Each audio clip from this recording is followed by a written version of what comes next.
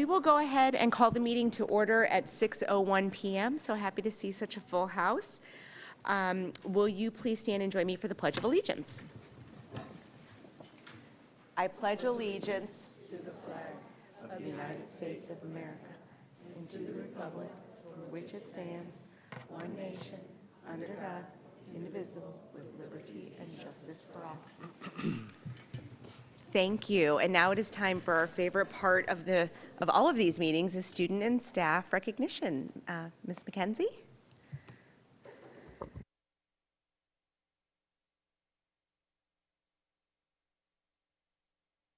Thank you, Mrs. Rosen.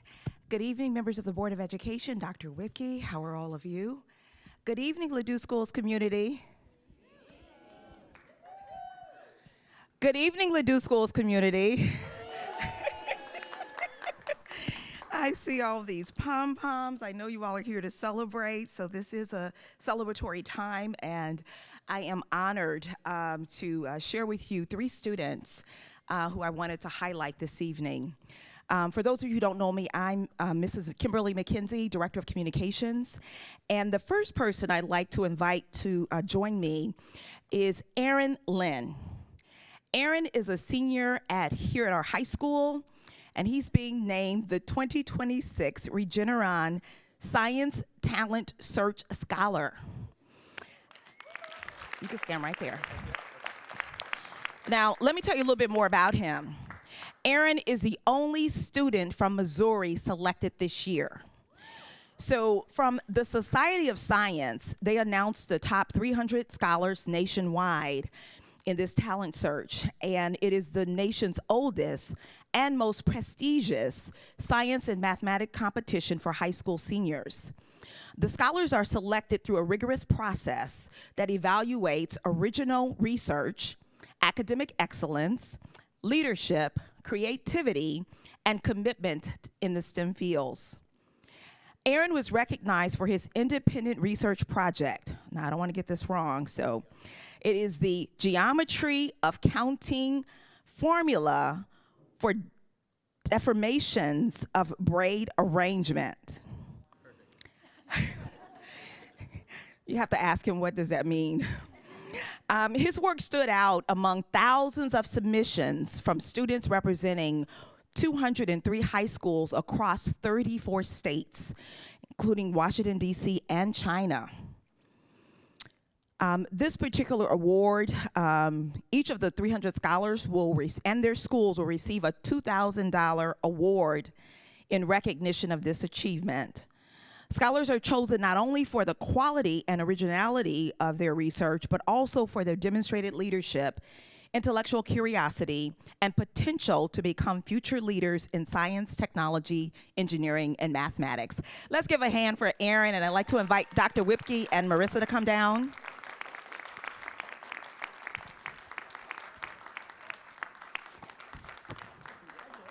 Thank you so much. Yeah, we're proud of you. Sure, I can give a presentation at some. I think we need to sit down. Thank you so much. We get to take a picture with you. Hold it over. Oh, like this. She wants your face. Yes, that makes sense.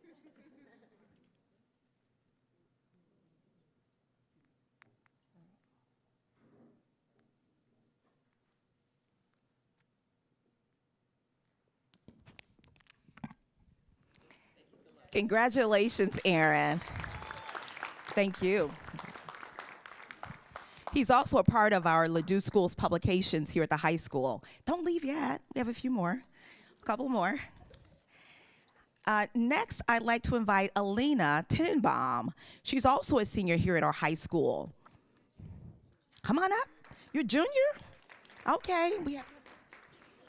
She'll be here another year. No, she's a junior here at the high school. So let me tell you a little bit about what Alina did. So she spearheaded a Wheels to Africa bike drive. Alina and her dad, you can give him a hand as well,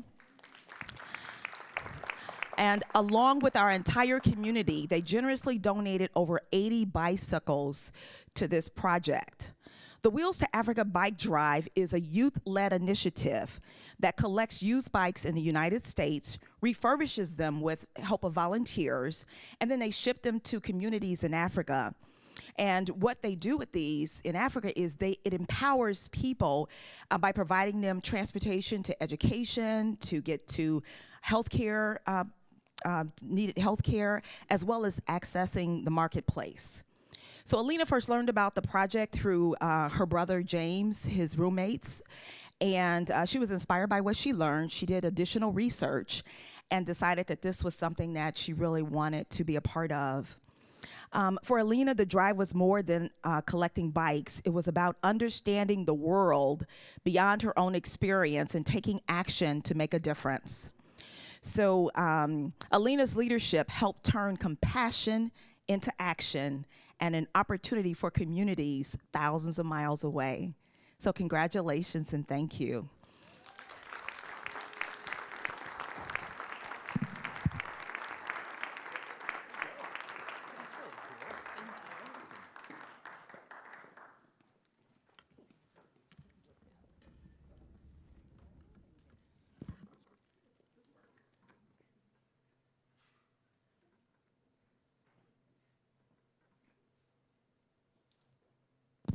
And since Dad had a hand in this project, we'd like to invite Mom and Dad to join her.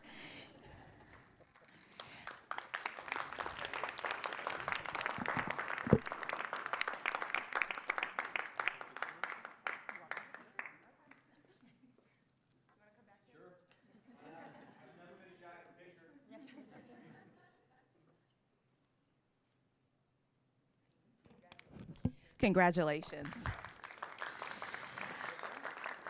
And I don't want you to think that we neglected Aaron, but his mom is actually out of the country. So hi to Aaron's mom. Everyone say hi to Mrs. Lynn.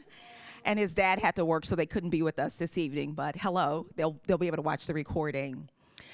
Last but certainly not least, I'd like to invite Brandon Barrett to please come forward. Now, let me tell you a little bit about this young man. This young man has accomplished a rare and remarkable feat, earning 141 merit badges by Scouting America, formerly known as Boy Scouts of America. For those of you who watch Fox 2, he was actually featured on Channel 2 News a few weeks ago. So merit badges cover everything from subjects from outdoor skills, conversation, to the STEM fields, as well as trades and civic engagement. So in addition to Brandon earning these 141 badges, last year he also earned his Eagle Scout. Eagle Scout. Now, Eagle Scout is a distinction that requires at least 21 badges and the completion of a major service project. And for Brandon's Eagle Scout project, he worked with the Missouri Department of Conservation at the August A. Bush Memorial Conservative Area to improve fish habitats by designing and installing underwater structures to support the local ecosystems. His scouting accomplishments also built on another prestigious honor that he received last year, the Congressional Award Gold Medal, which is the highest level of recognition presented by the United States Congress to youths who demonstrate various initiatives such as achievement in service, personal development, physical fitness, and exploration. Together, these accomplishments just paint a picture of who you are, Brandon, a true leader that gives service. So thank you for your service and thank you for your leadership.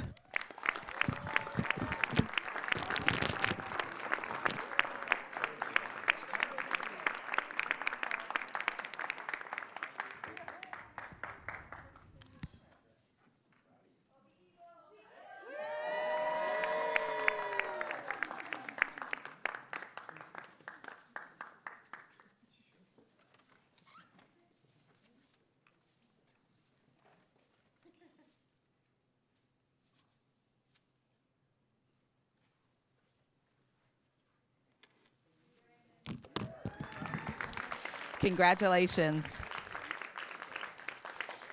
So that concludes the student portion of our recognition for this evening. I'd like to now invite Dr. Layla Crabtree to come forward to share with us a little bit about our staff recognition.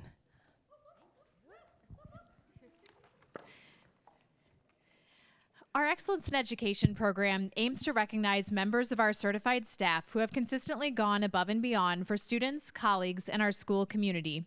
One certified staff member is selected from each school at the beginning of the year by the building principal. Tonight, we are pleased to recognize Senor Anton Martin, Spanish teacher at Old Bonham Elementary School. The video will highlight why Senor Martin was selected for this deserving award. Immediately following the video, Old Bonham's principal, Dr. Stephanie Simon, will share more about Senor Martin and his contributions to our school community.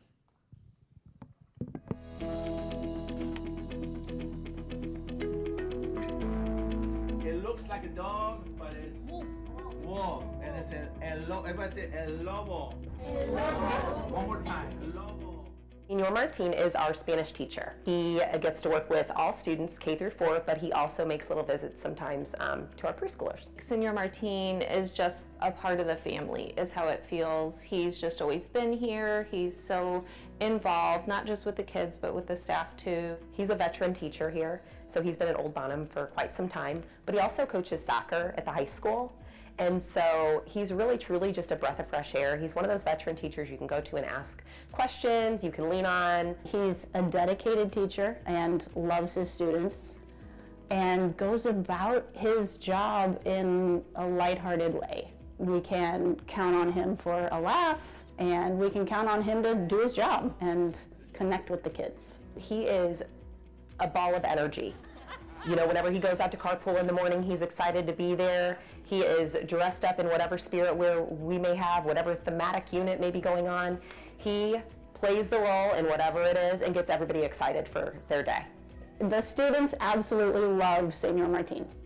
Just love him. They invite him to his activities that are important to them. They also greet him in Spanish, which is very kind because they know that that's his native language. Our students love Senor Martin. He has that personal connection with them.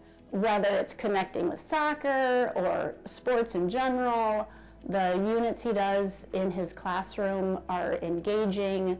You know, his passion obviously is the Spanish program. He does a good job with getting them excited about learning another language. The cool thing about him is he actually brings in artifacts to teach Spanish. So he has like clothes and they learn the Spanish word. He has animals that are stuffed and he, you know, not real ones, stuffed animals, and he'll bring them in, and sometimes they've had a lot of love over the years and they may have holes.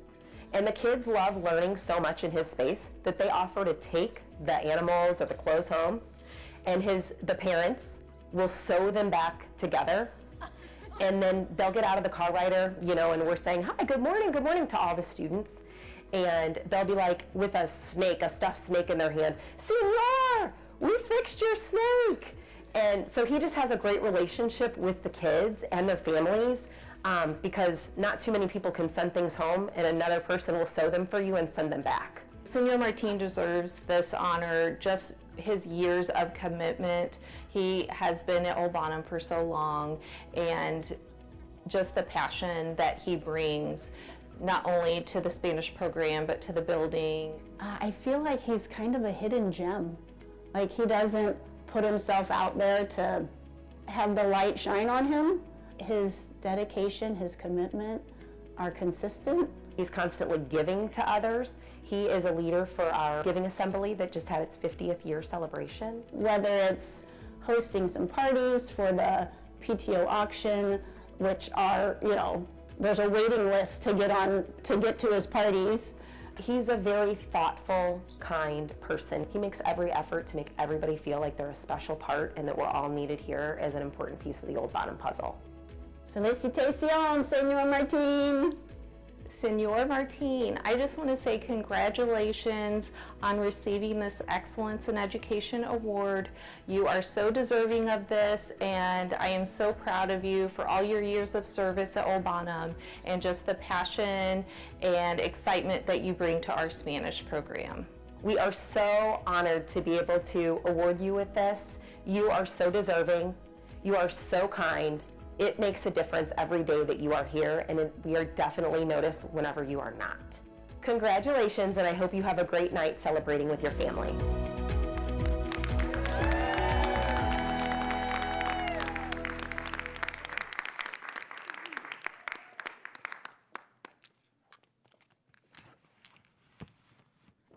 All right. Is this working? Yep. Okay. All right. That was a great video and encompassed so many of the things that we wanted him to hear about the reasons that he received this award. Today I have the honor of recognizing a teacher who truly embodies what the Excellence in Education Award stands for. What makes the moment especially meaningful is that I know this recognition came as a surprise to him.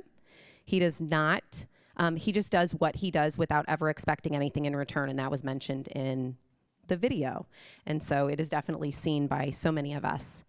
He is the kind of teacher who goes far beyond the walls of his classroom. He gives his time freely, always willing to help, always willing to listen. Whether it's offering support, talking through challenges, or simply being there when someone needs a conversation, he shows up consistently and selflessly. He brings a smile with him wherever he goes, and that positivity has a real impact on our school community. The new staff that we have really find a mentor in you, so thank you. He helps make our school not just a place of learning, but a place where people feel supported, valued, and encouraged. This award is a small way to say thank you for the countless things you do that often go unseen. On behalf of myself and our entire school, congratulations on this well-deserved Excellence in Education Award.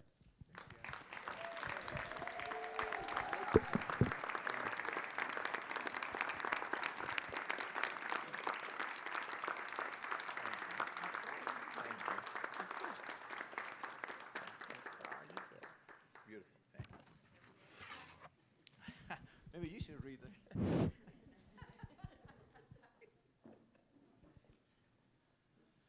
All right. I got my cheat sheet with me. So.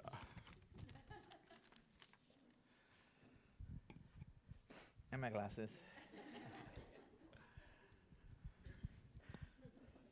All right, so, first of all, I'm just a teacher, I'm not a speaker, so bear with me because I'm not used to this. I talk to the kids every day, and I love that.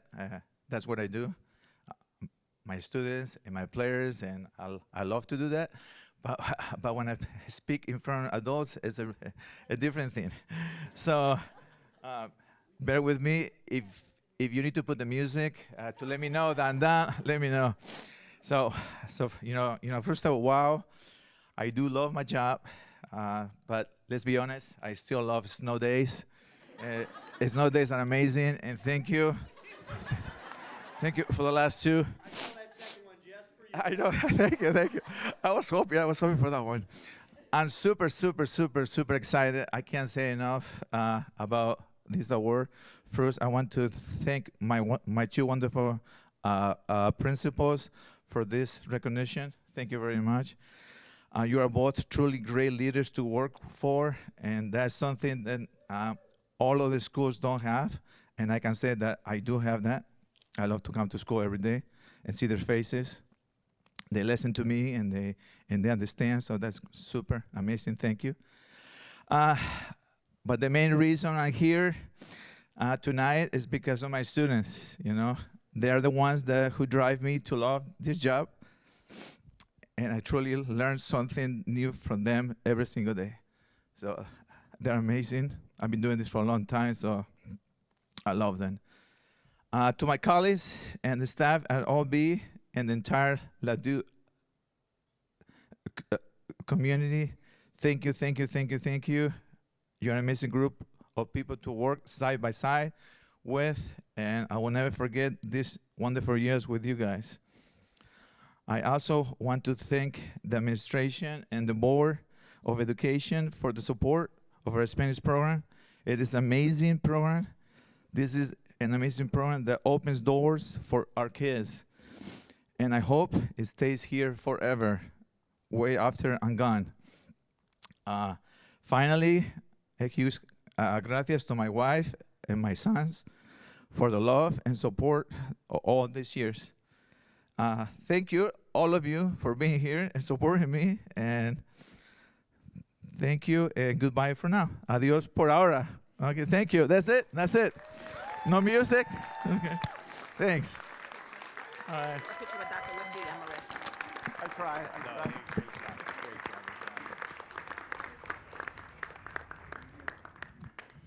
We're going to take a few photos. Senior Martin and his principals, and Dr. Whipke and Marissa. You all slide over just a little bit, Jim, just a little bit.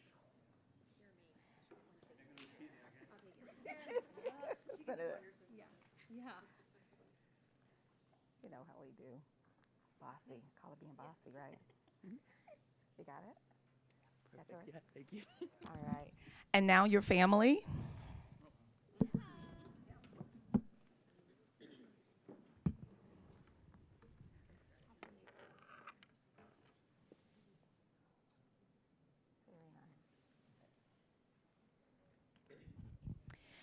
And now you're a Bonham family. Yeah. Students, staff, come on. Past and present, come on, all over the place. Come on. Parents, you're part of the family. You're welcome to join. Parents. I'm gonna move this back a little bit, Jim. Sure. Yep, absolutely. Not too bad. Yourself? Good to see you. It's been a while. Yeah, it has. I'm probably on the pitch. Come on, all egos, past and present, and future.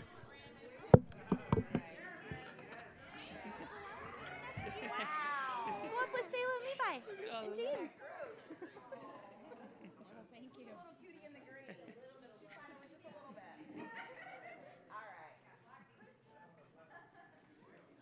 Look at that crowd. Should have brought my real camera. I should have brought my real camera. All right. Say hello in Spanish. Very good. Got it?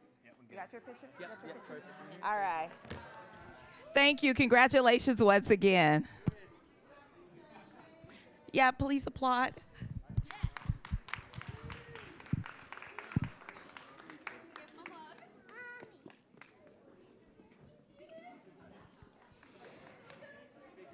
I hear there's an after party.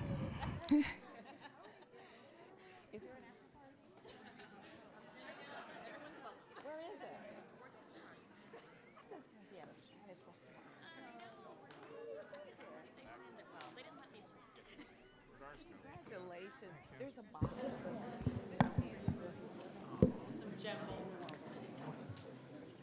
Thank you all so much for coming to celebrate our students and Senior Martine.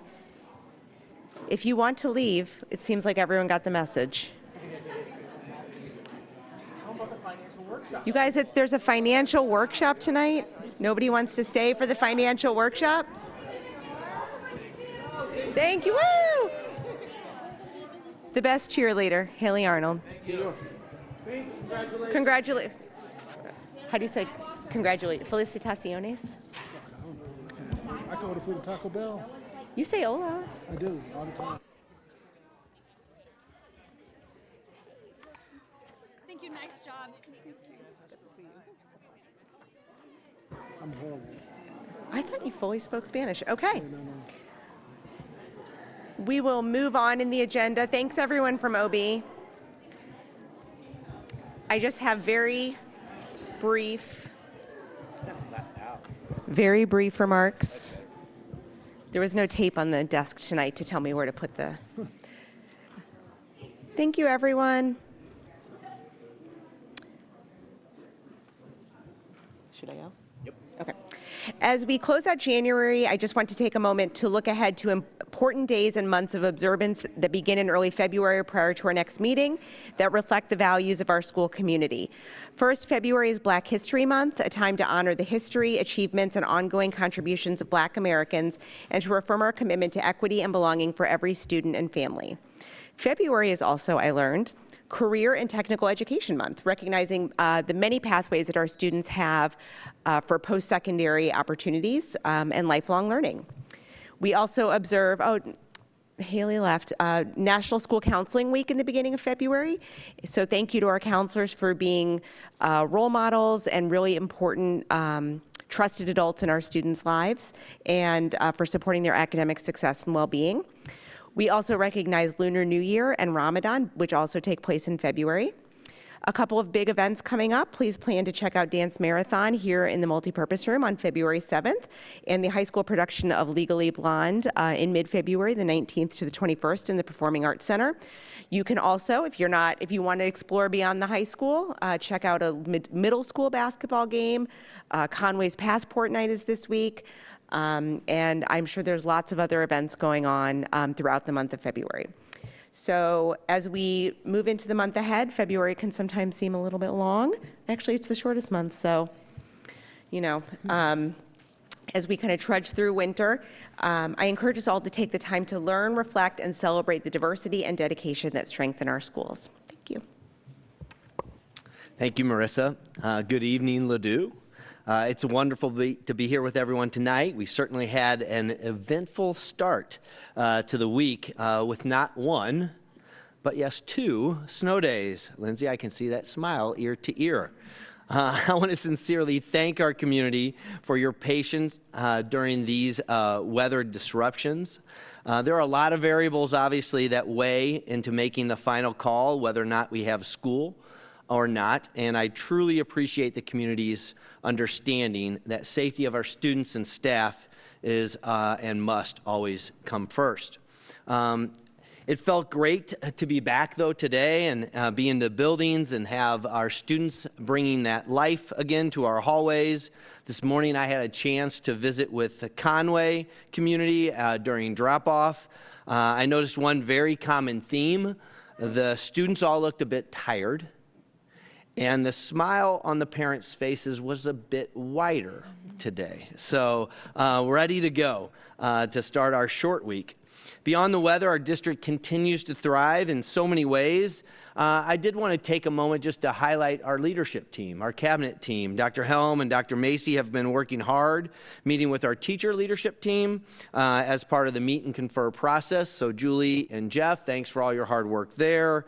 Dr. Crabtree and I had a chance to meet and go over some new possibilities for some LEF grants today. Thank you for that. Dr. Wallace and I met. We met with Dr. Macklin, the superintendent of Special School District today. We just wanted to ensure that we were keeping the lines of communication open with Special School District regarding how we are servicing our students with special needs. So Derek, thank you for that. I thought we had a great conversation there. And then obviously, where is Mrs. McKenzie? You haven't been doing anything lately, have you, with the snow days? We have been working around the clock to manage the snow alerts and the community announcements, so thank you for all of your hard work on that front. And I always leave people out, but I just wanted to highlight just a few of the things that we're taking care of as a cabinet group. But as President Rosen said, thank you for that, Marissa, as we begin to wrap up the month of January, I am struck by just how quickly this year is moving along. We're already into second semester, fairly deep. We've got a lot of great work ahead of us, though, and here we come, February, right around the corner. So thank you. Thank you, Dr. Whitke. I don't see any public comment cards. No? Okay. So moving on, is there a motion to approve the consent agenda as presented? Thank you, Amy. Second. I'm going to give it to Keisha. Thank you, Keisha. All in favor? Aye. Any opposed? Okay, motion carries. And we have a few items in information tonight. The first, just wanted to call your attention to some meeting date changes in the 2026-27 meeting calendar. So you'll notice in the attachment, the highlighted date of Wednesday, October 21st has been changed from a different date. And then November 4th and 18th were moved forward because we don't want to meet the week of Thanksgiving. So this will be coming, if there's any questions about that, we'll be bringing that to action next meeting. Okay. And then we will turn it over to, hold on, Dr. Simon.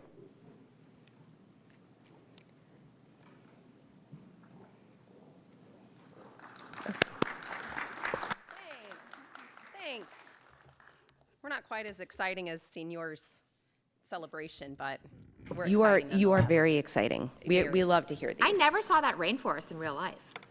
In his classroom. Oh, yeah. Very Because cool. I think he was on a No, he wasn't on a cart. We'll talk later. It's a very cool rainforest. He has to make it great, though, because he doesn't have a window right now, so, you know. All right. Well, we're so happy to be here tonight to share with you about Old Bonham and all of the things that we are doing in our nest. To help paint the picture for our presentation tonight, we're using the metaphor of our mascot, the eagle. So for each goal, we will start with our nest, which represents our baseline data and current reality, and then we will discuss strengthening our wings, which are the specific strategies and systems we have built. And then finally, we will share what is in flight, illustrating the work currently in action and the progress we are making. I love the eagles continuing to soar through the presentation. Yeah, I said music, but I was told no, so.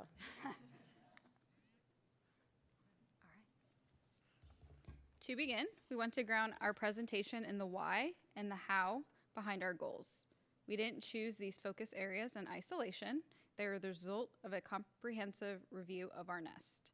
We looked closely at our panorama survey data, our HRS framework, and gathered extensive feedback from our specific committees. Crucially, we listened to the voices of our staff, students, and parents, while also analyzing our district and grade level assessment data. This holistic approach ensured that our goals reflect the true needs of our community. All right. From that analysis, we distilled our focus into three major action items for this year, which our goals lay in the framework of instructional framework, academic growth, and increasing a sense of belonging beyond the surface. For instructional framework, we are ensuring that we have a shared language and method for teaching. For academic growth, what we mean by that is just focusing specifically on moving every student forward.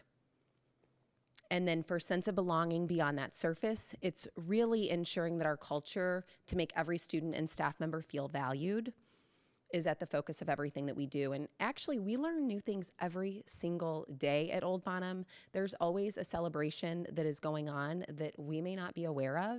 And our families have been great this year about sharing those things with us so that we can really make sure that we understand. And what I love about our families is that they come to us with things that they hope we can, listen to and possibly change, but they come with an open mind because they feel like they have a relationship with us, and that really makes a huge difference.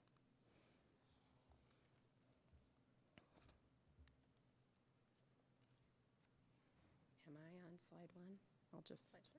I'll just slide back over here.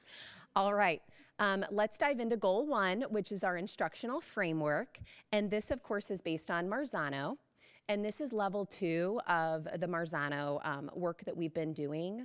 Level 1 is that climate and culture piece that we really focused on last year. And level 2 is effective teaching in every classroom. And so obviously that starts with instructional models. And everybody can have their own instructional model, but just like we talk about common language with social emotional or just universals in the classroom space, that also applies to academic areas. Having that common language around our instructional framework will only help kids as they go through their years at Old Bonham.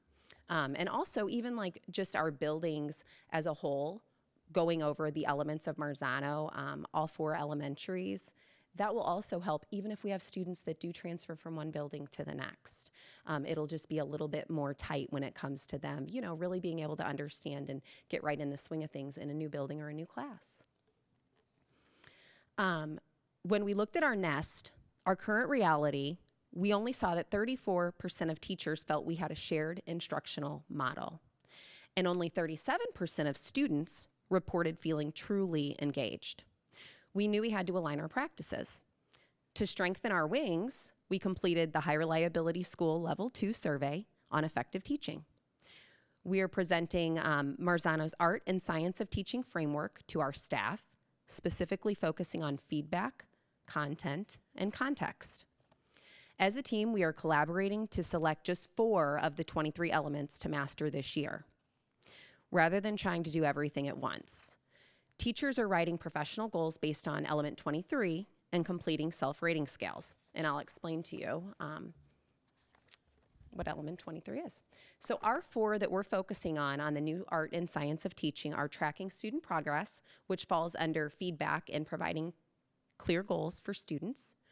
We're focusing on number 22, which is organizing students to interact. We know that we have students interact all the time, but how much are we actually paying attention and really being mindful about the partnerships that we're creating in our spaces? I think that we could always be a little bit better. Whenever we read and research, there's probably ways beyond just the turn and talk that might be a little bit more engaging for our students. So really being intentional about providing some PD and best practices around that. For engagement, noticing when students are not engaged and reacting.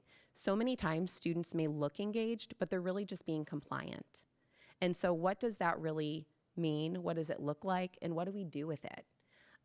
So we're really trying to read and share best practices in Friday updates, in staff meetings, in PD opportunities, just because, you know, whenever we can share the information amongst each other, we can go so much further. And then our last one that we're focusing on this year is under our rules and procedures, because as you know, universals for those are very important. Acknowledging adherence to rules and procedures. So really taking the time to have those teachable moments with our students whenever we are struggling to follow the directions or the rules that are being provided to us. All right. And currently where we're in flight with that is starting our Eagle Eye walkthroughs that we will begin in February. And it's not so much about the evaluation portion of being in the rooms, but really looking at, you know, our staff members who are comfortable to have, you know, a group of their peers in their space, and really just focusing on the monitoring and the progress and the engagement around the 4 elements that we're focusing on. And then through that, kind of getting to know more of what they need through that PD, articles, resources, and just continuing to focus and hone in on those things. So we're really excited to start that next month. So, yeah. All right. So goal 2 focuses on our sense of belonging. So our data showed that we still had some room to grow. We're currently at 67%, where students feel valued, and then 2/3 of our non-certified staff weren't right there with that deep sense of belonging, and our goal there is kind of to get at that 80%. So for us, just knowing there's some room to grow. I think with the high reliability schools and the data that we've been getting, it's been nice to kind of know what are the subset of groups of people that we kind of need to connect with and kind of see where the disconnects are so that we can kind of connect with those people and see what they need from us to help them feel a deeper sense in our building. And like it says there, our goal is to raise it to that 80 and 90%. And then to strengthen our wings, we are empowering our students through our Eagle Character Council. This year we added 3rd grade to that, so it's been really neat to kind of see 4th grade and 3rd grade work together and bring more committees this year as well to work the different initiatives like through character education. We've been working at the School of Character and getting them more involved with student voice. So it's been really exciting to get more of their perspective. Also engaging in the neurodiverse affirming school conversations and having school-led PD through that. And then we also have implemented our new family mentor families to welcome our new families, and then just using that survey information to just kind of get a feel for continuing to know what our family and community needs from us to strengthen what we're doing. And then, is it our next slide?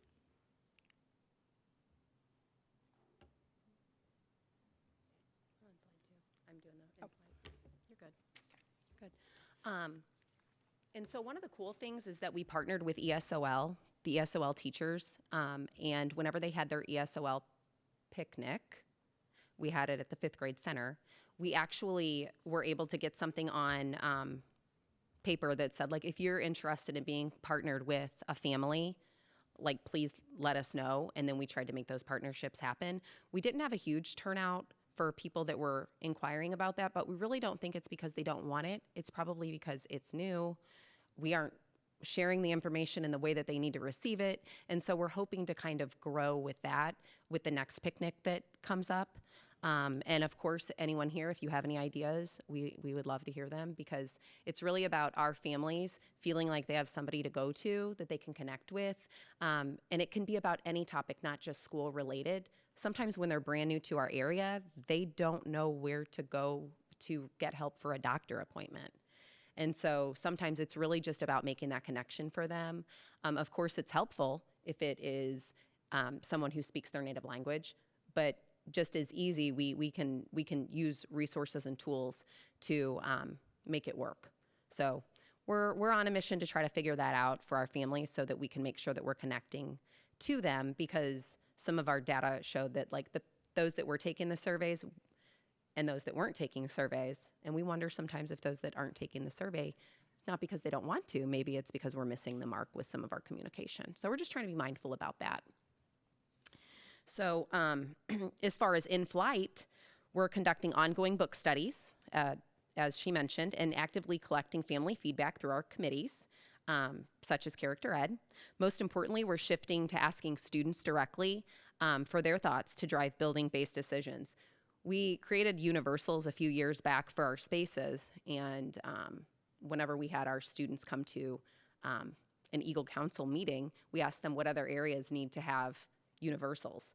And rules were not enough. We needed universals for all grade level PE.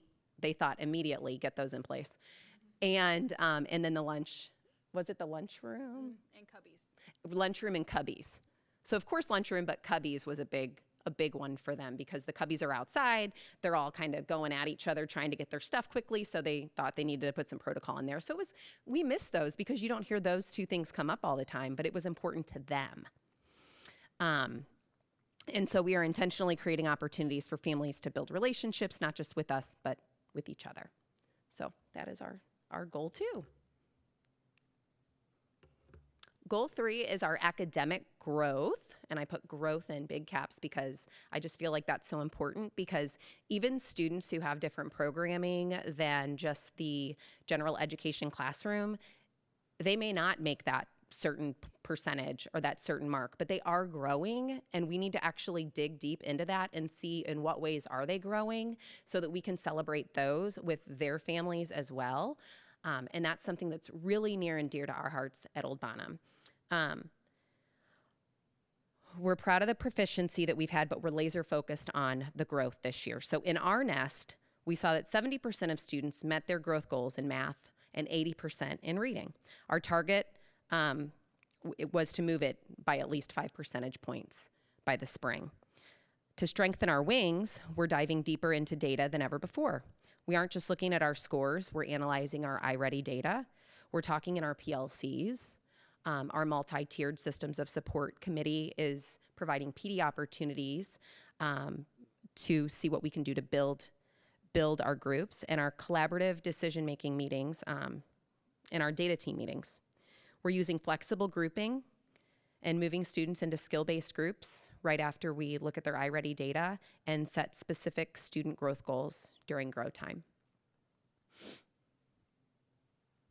And then with our in-flight, a big component of that was just celebrating the growth. Our students work incredibly hard. Our staff work incredibly hard to help them grow. So really just celebrating all of them together. So by clarifying our academic success, we ensure that staff know exactly how to use the tools that we use within our building to meet the student needs. And then, like I said, prioritizing the celebration of growth, making sure students know it and see it and understand it. We talk a lot about data, but do they kind of understand what that means and what they're doing and as they're growing and moving? So letting them be a part of that process as well. And then continuing to collaborate with our SSD, our instructional teams, and ensuring that all of our systems support all of our learners in our building.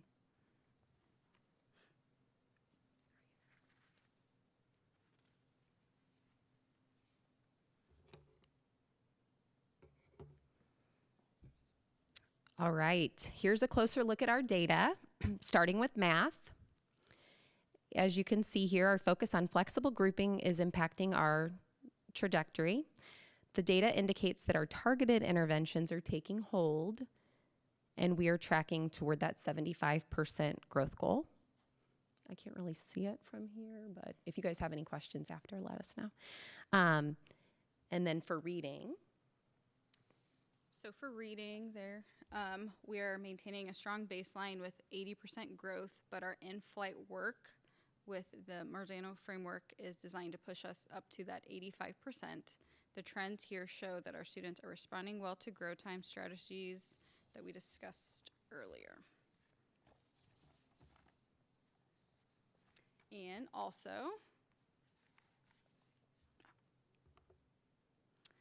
something very exciting that I know work that Dr. Simon has done before I even got to Old Bonham was working on that State School of Character application, and it was accepted. So a major celebration for all the work, obviously, that they've been doing, and thrilled. So I guess next steps is a 3-hour Zoom meeting. Get to meet with them and kind of see what happens next. So very exciting. Yeah, so this is just a huge testament to our staff and the work that we've done over the years as far as coming together collectively, really trying to build each other up. But also just modeling, showing each other with respect and kindness, and then also allowing that to just kind of be in our schools. And that was one of the things whenever, because it's just the application right now. So your application gets accepted after you do that huge paper. It's like writing a dissertation again.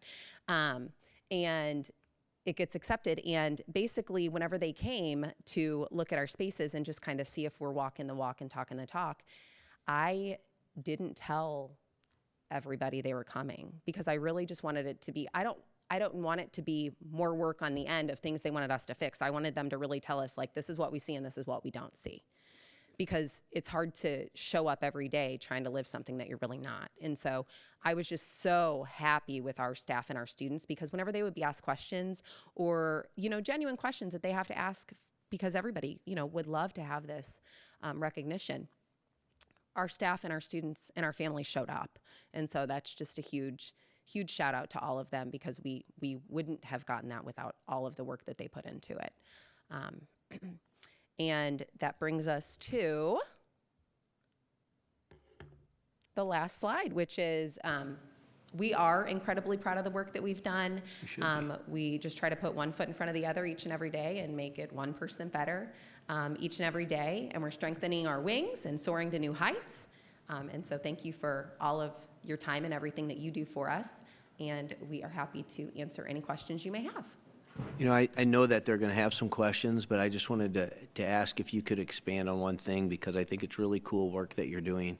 And you and I sat down in your office and you were talking to me about it, and I left with a book. I stole the book from you, and I've enjoyed reading through some of it. But the neurodiverse affirming schools and that book study that you're doing, I know that you guys mentioned it. Yeah. But that's really, I think, some really great work that you're doing with your staff, and I think it's very relevant to the times that we're going through right now. Yeah. We've talked a lot about our kindergarten group coming through and everything. So can you, Stephanie and Elizabeth, just expand a little bit on the work that you're doing on that front so the board can get a deeper understanding of it?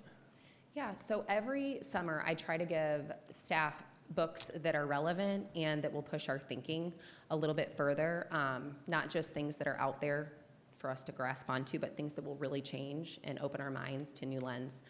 And so the book Neurodiverse Affirming Schools is actually a book that we haven't read as a staff, but it was offered to all of our staff over the summer as a summer read. And so this year we've kind of been picking out bits and pieces, things that we relate to, things that we, made us go, like all of just the standard book study things that you would do.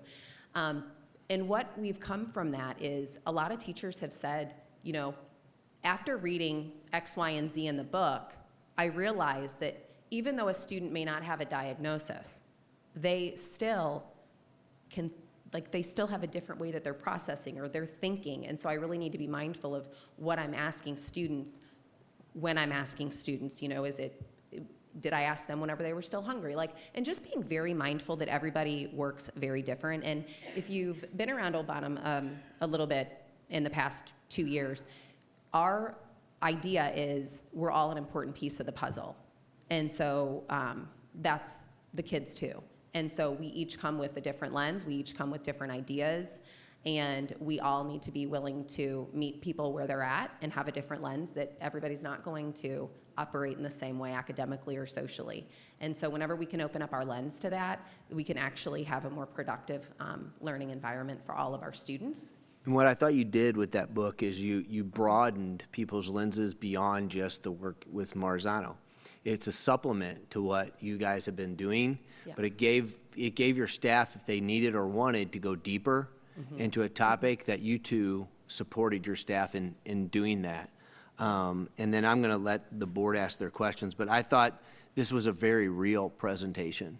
You gave the facts, you gave data, and I really liked how you gave a goal that you'd like to get to. But I just want to also point out to the board, you've got some great data that you're using. And again, I think we can see also the panorama survey data that they're utilizing to try and dive deeper into it. The board obviously has supported that survey over and over, and I think we can start to see where we're getting some results from that. Yeah. And I think you can also see, as a Board of Education, commonalities in the presentations. But then in this particular case, you can also see where you have the opportunity to differentiate for your population of students that you're serving. So Elizabeth and Stephanie, I thank you for that, and creative with the soar and the eagle and all of that. So yeah. I see, I'm stepping it up. Like, aren't Yeah. you so excited? That was new for me. I will piggyback off of Jim because I wrote up top, I said, 3 goals are perfect, practical, and real, and I underlined real. So he said it was a real presentation because that was really, that just spoke elementary education. So thank you. I do have a question. How much, and I might have missed it because there's a lot of great data. What percentage of your building right now is ESOL? Oh, off the top of my head, I don't. We have, I mean, it's forever changing. Yeah, I do have some ideas, so I will. I love that. Yeah, I will find you or shoot you a message or something. But thank you for this because I have a hunch that your growth is going to really soar after these really practical implications. So and finally the character recognition that has been so long deserved for the last several years in that building. So awesome. Thank you. Yeah.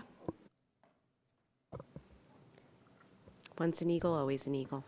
Thank you so much. I always say, oh, sorry, did I interrupt you? Old Bonham is such a special place, and every building has their own character, and you love the one that nurtured your kids. So I love seeing really the deep dive into the data, into the kids, into the growth. I'm just always really impressed. So thank you.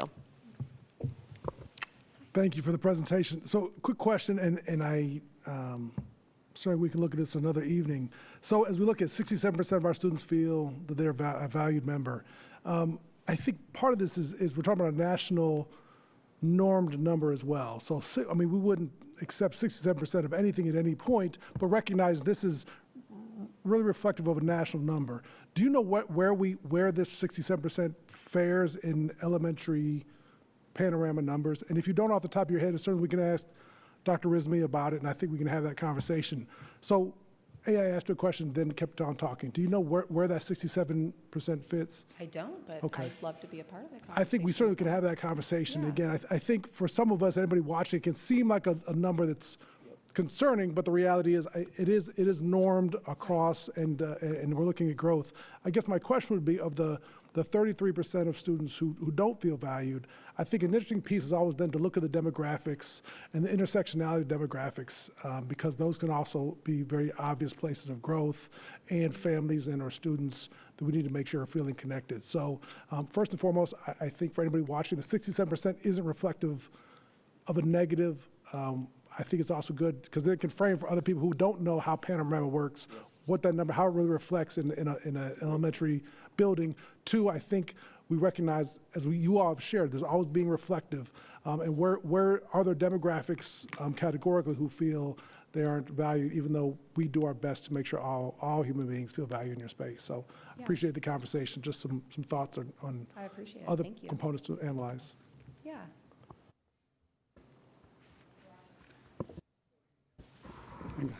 Yeah, I just want to say thank you for the time you took to show me the school, Old Bonham. It was just so reaffirming. There's so much energy, positive things going on everywhere I looked. The teachers were just full of energy and excited, and your numbers show 84% of teachers and staff feel celebrated in a variety of ways. You need to bottle that and share it, because that's quite an achievement. As a retired teacher, I'm personally very impressed, and it's just a great place. And I think I told you my only disappointment is my kids aren't there now, because they went there years ago. I had a great experience, but that place has really grown even more. So thank you. Thanks. And I know we presented a lot on the slides that we didn't talk about each thing, but if you guys do look at it and have questions, feel free to send us an email. I would just echo, I think the presentation was great. And the fact, anytime I walk in Old Bonham, I see everything that you put on the slides. It's not necessarily something that has to be embellished or highlighted, but you can feel the true genuineness of the teachers in your building, the different diversity of the kids and how they interact with one another, whether I've been on a tour or just, for an assembly. There's truly something magical happening in your building, and it's because of all of the staff and everything. We saw this, just before even your presentation with Senior Martine. So great job, Old Bonham Eagles, and continue to soar. Thank you. I just have a really quick one. I always hear the most wonderful things, and I always come back to that. I think in our district, everyone always holds this like irreplaceable affinity for their family's experience in elementary school, even as Marissa was sharing. And I always hear the most wonderful things about Old Bonham. And so just from right now, because it's helpful to kind of have this information, especially it's hard to think about summer right now, but when we go into board retreat and all of those things, are there any things in particular that are perhaps specific to Old Bonham, not just elementary education, that the board should keep in mind that we could support, given that Old Bonham does have somewhat of a unique identity with a higher number of ESOL learners than the other three schools, and anything else? It's helpful to know, like, hey, remember back in January when it was freezing and dark in a 3-day week? Sorry, I know. So was it someone Senior Martine complimented your second snow day. And so, but it comes up quickly. And to sort of have that information in the back of our minds is always helpful. So if there's anything that we should keep in mind that would help support the great work you're doing, I'd love to know. Okay, great. I will keep that in mind, because we do often talk about things and they come up, but you don't have a pen, you don't write it down. But yeah. we'll keep in mind and share them. Thank you. Yeah. Thank you. Any other questions, comments? Peter asked my question. Thank you so much for all the time and energy you put in your presentation. We appreciate it.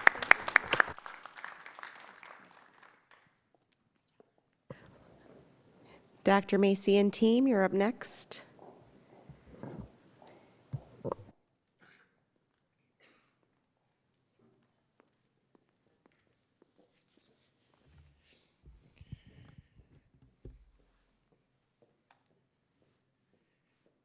All right, good evening, everyone.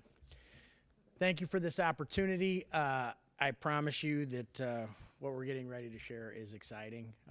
It's what we believe is good news in the finance world, and we have a lot of decisions that we're going to ask the board to think about and make over the next several months. January every year is the board workshop for finance. It's where we update the budget. When we set the preliminary budget in June, we are setting that with our best estimate, and we are using the tax rate from the previous year, we're using whatever the assessed valuation was reported in April. And what we do is we live the budget in the first semester, and then Barb and the finance team make all the budget adjustments to coincide with our actual numbers. So the numbers you're going to see tonight actually correlate with the tax rate that the board approved in September, and it does include the $2.3 million reduction to our revenue from SB 190. Now, we did build in a portion of that as unanticipated deficit, so we are in good shape, but it is something that we want to make sure that we note on a regular basis and talk about. When we talk about the senior tax freeze, it is $2.3 million this year, but every reassessment year, the assessed valuation will continue to grow, and those that qualify for SB 190, their tax bill will remain the same. So that number will actually increase as the assessed valuation increases, as well as seniors opting into the program once they're eligible. So our agenda tonight, and I appreciate the introduction, is Dr. Macy and team. So I did bring a couple presenters to diversify the presentation a little bit, so it's not just me presenting. We're going to start with the finance update, and I will certainly take the lead on that and share all the good work from the business office. Then we have Tom Pizarkowicz here to discuss our debt service. So we are fortunate to have Tom as a Ladue resident and a Ladue parent, and he serves on our Finance and Facilities Committee. And he's going to talk to the board about debt service. So we have not really spoken about debt service a significant amount over the last 4 years. Debt service is a separate levy that we levy to pay off our bonds. So we are in a position to prepay some of that debt, which will save the district some interest over time, and Tom's going to explain that.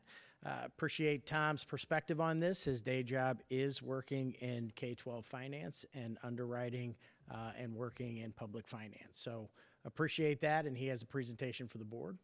From there, we're going to move to continuing our discussion about the administrative center. We do have Cordigan and Clark here. The primary focus of that conversation is going to be project sequencing in the backfield. So what we've talked about significantly over the past couple of months is where to place the admin center, what makes the most sense from an efficiency perspective, from an economic perspective. And with that, we also discussed the potential of some disruption for our students in our community. So we were asked to bring forward some conversation about converting that backfield into a competition turf field, and they have some information to share this evening. So when we look at the budget and we jump in the budget, what you're going to see here is you're going to see the actual numbers from 24-25, the current budget, which is before we amend it, and what we do ask the board to do, we do not ask the board to approve the budget itself in terms of the update, but we did submit budget amendments that will align with the budget update this evening. So what you see there is the current budget. That is where it was prior to the update, and then you have the update. And that is our standard grid in terms of our fund balance, which is how much money do we have in the bank. When we look at the current budget, 25-26, you can see a beginning fund balance of $35.9 million. You track that down with the revenues and the expenditures, and you see that we were projecting a surplus of $9.7 million. We had the discussion in June to go ahead and allocate 10 cents, a portion of our levy of the 275, over into capital projects to move that revenue from Fund 1 and 2 into our capital budget to support some capital projects, including the admin center. So what you see there is you see that movement of that levy. So moving that levy and taking it from Fund 1 and 2 over to Fund 4, you can see that we anticipate an ending fund balance at the end of this year at $34.8 million, which is still 44.3% of our expenditures. So we are in great shape. We do anticipate a slight deficit. It would be a planned deficit, but that $1.1 million, again, taking that out, it still leaves us at that 44.3%, which is a solid fund balance and provides us the opportunity should we have some sort of unforeseen economic condition arise. When we look at our revenues, and this is going to be a major topic in March when we have our legislative forum, Ladue is 94% locally funded. I know we talk about it all the time because it is that important, especially in this political climate where we have scenarios such as SB 190, SB 3, which currently doesn't pertain to St. Louis County, but that would further cap taxes moving forward. And then we also have a significant amount of discussion about the elimination of personal property tax. So all of these scenarios, and I know we have a very active and engaged board, you know, as these come up, make sure that we're sharing with those out there that are working with public education in Jefferson City, that any change or any kind of local tax reform would have a significant impact on the Ladue School District. The other thing I want to point out, which will be a major topic of discussion, is the formula rewrite. So you can see that Ladue receives approximately 4% of state revenue. The interesting thing there is that you know, through all the work of rewriting the formula, it doesn't appear that there's going to be any additional money added to the formula. So when we talk about the student adequacy target increasing, what that's actually going to do is, in order to increase that SAT, you're likely to see a decrease to some districts and an increase to other districts. When we look at Ladue, when we talk about the potential for tax reform, if property taxes are suddenly assessed at a different rate and we see a reduction in those revenues, we should not anticipate any increase to our state aid. Ladue is already, I don't want to say penalized, but Ladue is already factored in a way that it's hard for us to increase our state revenue. So our levy is at 275. The performance levy, which is used to calculate state revenue, says that all school districts receive $3.43 per 100 of assessed valuation. So we're not even close to that mark. So any reduction to our local, I would not anticipate an increase to our state. So what we have here are our major revenue sources, our local tax collection. The budget update has us at $71.3 million. Prop C, which is the 1 cent sales tax, we're still a little bit conservative there at the 5.3. We did see a huge uptick from Black Friday through December, but January was one of the worst months that we've seen economically. So we are going to hold that at that $5.3 million. I think you'll also hear, you know, through some plans coming out of Jefferson City that phasing out income tax and pushing more towards a sales tax to replace that revenue might be a sentiment that's being discussed right now. It has worked in other states, but I would encourage those to look at the states where it works and make sure that you have services and programs and tourism and things and whatnot that could support that increase to sales tax. So we're actually projecting a decrease to our sales tax right now. So it's interesting that we believe that could be the backfill source of revenue to income tax.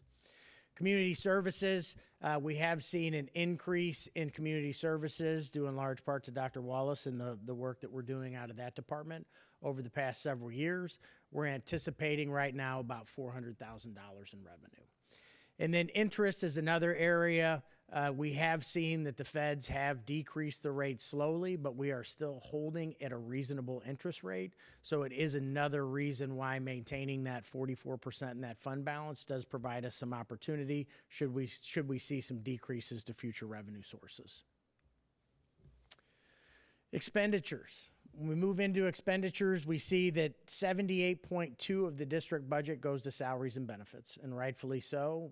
We are a people organization. It is our teachers, it is our support staff, it is the adults that make this district what it is. So it's important and it's crucial that we maintain a high percentage of that salaries and benefits. Purchase services is another area that I think we could incorporate people expenses. Purchase services are those services that we don't necessarily perform in-house, but they are essential to the functionality of the school district, such as transportation, food service, and our evening custodial services. And then you see our supplies are approximately 5.9% of our overall budget. So salaries and benefits, we can see the trajectory there. 23-24, $55.5 million, 24-25, $58.6, and our budget update right now is right at about $60.5 million. Purchase services, we did renegotiate a couple contracts. One big one at the end of 23-24 was transportation. We have seen an improved service in our transportation, which is great on days like today. We had some delays, but we were rerouting because of subdivisions, not because we didn't have bus drivers here to provide service for our students. But we need to also recognize that some of those purchase services could continue to uptick based off of things such as minimum wage, just ensuring that we have a quality workforce here. Supplies, we've maintained a fairly flat supply budget. We're currently updated at $4.5 million.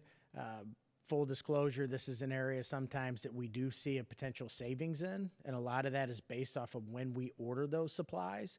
So we may pre-order some supplies out of this budget cycle, and or they may not come in until July, so we do have a little bit of fluctuation there, so that 4.5 is our high number. And then we have our capital. So we see our capital budget over the last 3 years, and the $4 million in 23-24 and the 8.6 are all fund transfers, where we transferred from Fund 1 and 2 into Fund 4. DESE does allow us to make a 7% weighted ADA transfer. Historically, the district had not done that, so they let us retroactively go back and make 5 years worth of transfers. But our update here does not include any transfer. We did leave the transfers in the budget, so we have last year's transfer and then a transfer from this year that we're not anticipating on transferring, so that we can build up that capacity should we need to make a transfer in the future. Our fund balance, you can see a little bit of a dip there in 21 and 22. The first year I came in, there was an interesting tax collection year. We collected 94%. We have since rebounded from that, but I think it is always good to show this because it does show the ebbs and flows of what the revenues could look like. When we are 94% locally funded, we are contingent on our revenues with our protested taxes and various abatements and things of that nature. So we have redefined and reestablished that surplus at a good percentage, and we are trending in the right direction should we have some sort of economic downturn. When we look at our parameters, we can see that we go across, and currently these parameters are factored at a 2.7%. I know that we've had discussions about what that looks like, and we'll get into that as the year continues. But currently, the way it plays out in 24-25, we had an underspend of approximately $720,000. We did have an overspend at LECC, which is a tuition-based program. And what we've told the board is that along with the scholarships, any overspend, we will fund that deficit with general operating funds. We want to make sure that we're providing a quality service, a quality early learning experience. So when you factor all of that in, the cumulative carryover is approximately $317,000. Now, we can get into 25, 26 and what that projected carryover is. We currently have an underspend projected at about $1.6 million. But again, that's going to vary and that's going to fluctuate based off of medical claims, substitute services, and any expenditures that come up. So we do like to leave a little bit of a buffer in there just in case we need to make some sort of adjustment. We also want to account for an LECC overspend. Right now, we factored in approximately $600,000. Our capital budget. So this is an area that the board has been working on for the past several years. So we had a beginning balance here of $13.3 million.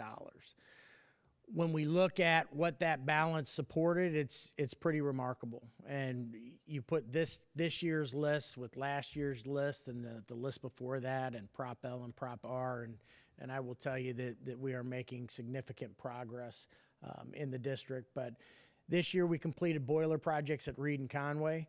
Those boilers were truly at the end of life. So we did make that replacement during the school year and work through that to ensure that we could regulate the temperatures on cold days like today. The FGC field reconfiguration and the tennis courts, another incredible project. We are in the process of planning a ribbon cutting in March where we want to have, before one of the baseball games, but have the girls softball team out there, have the board out there, and really just appreciate that space and try to bring in a big crowd for that first home game ever at the fifth grade center. High school parking lot expansion and reconfiguration. The expansion part was probably something that everybody said was a long time coming. But if you talk to Mike Noonan, I think the redoing of the existing lots was a longer time coming after they were beat up so bad from Prop R. So we still have a little portion of that work to complete this summer. We ran out of time, but we still have that budgeted in this budget here. District-wide anti-intruder locks. This was one of those safety and security measures that the board approved. It made sense. It paralleled with legislation about having anti-intruder locks. It was truly one of those things that we talked to the board about. The board said, let's do it. It makes sense. We put the locks in and we didn't really think much of it. But the feedback I think that Dr. Whipke and myself and Mike Noonan have heard is that our staff really appreciate it. That it really is a scenario that does make people feel that much safer and feel that much better. So I do want to say thank you for that and pass that along from the staff. The other thing we did is we purchased our district copiers outright. We worked with Dr. Brown on our copier contract, and purchasing the copiers saved us approximately $90,000 of interest over the course of the life of those copiers. So again, we've had significant opportunities on that capital side, and we truly appreciate that. So when we look at how the budget plays out, we have a beginning balance of 13.3. Our revenues approximately 11.6. Our expenditures are at 12.9, and the budget is a living document, so it could change. We could see a little bit less in revenue. We could see a little bit less in expenditures. But right now, we're anticipating an ending fund balance of approximately $12 million. That $12 million will provide us the opportunity to move forward with some additional projects.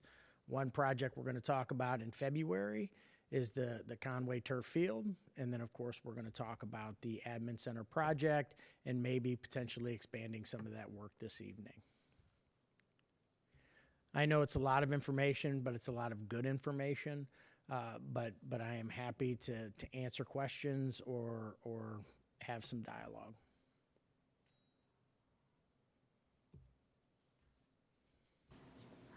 Okay. Well, I just want to make sure. I didn't want to. All right.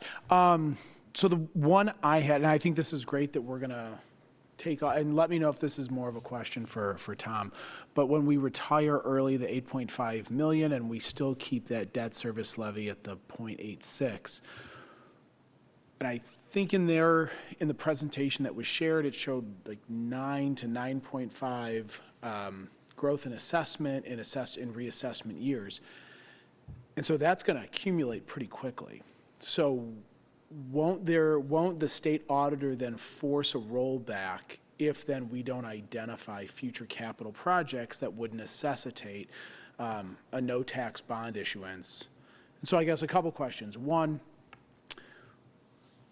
how would that align, and this may be too far in the future, with the identification of additional capital projects that would require us to keep that levy in place? And then has that kind of been, that brainstorming begun? Because, correct me if I'm wrong, we would have to go to the voters to keep that levy in place so that it automatically doesn't roll off. So that's a good question, and we've kept the debt service out of this particular presentation for that very reason. So the debt service fund can only be used to expire debt. So it can only be used to pay debt. So the debt service does not fund any future projects unless we put together a bond issue and ask the public to approve a bond issue, albeit a no tax rate and or a tax rate increase. So the debt service component, expiring the debt, will save us the interest over the time while maintaining that levy. And I think the one thing we need to consider about our assessed valuation and what that looks like is, we'll always have the opportunity to prepay debt if the AV continues to grow. But if Senate Bill 190 still is accounted towards debt service, and or through some of the proposed legislation, debt service is placed on Hancock, that's going to change the entire state system. Because right now, debt service is separate from driven by Hancock. the debt as opposed to Hancock. Oh, wow, I didn't know. I didn't realize that some of that proposed legislation would overlay Hancock on debt service. Interesting, okay. Yeah, and I think from this side of the budget, because Fund 3, we kind of keep that separate. From this side of the budget, there are different debt opportunities that I think we could look at in the future. But I think, the board has created a pretty good pace in terms of completing projects and working within what we have on hand. That I think that we can continue that project identification through the Finance and Facilities Committee work. And as we identify additional projects, we can talk about the different funding components and different funding opportunities kind of through that avenue. Okay, thank you. And then my last one was just the 10 cents for the capital levy. Is that set by the state?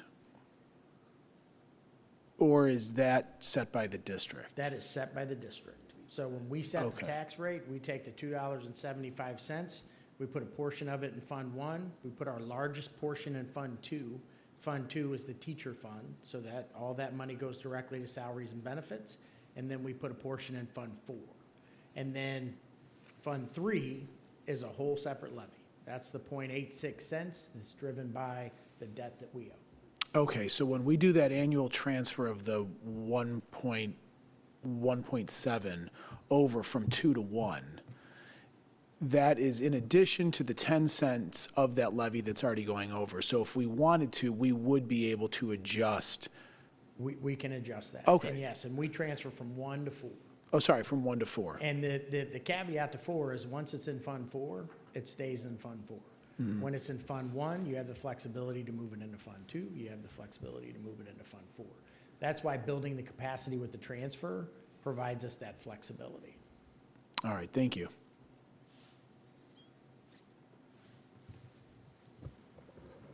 Any other questions? Thank you. All right, thank you. Can we switch it over to?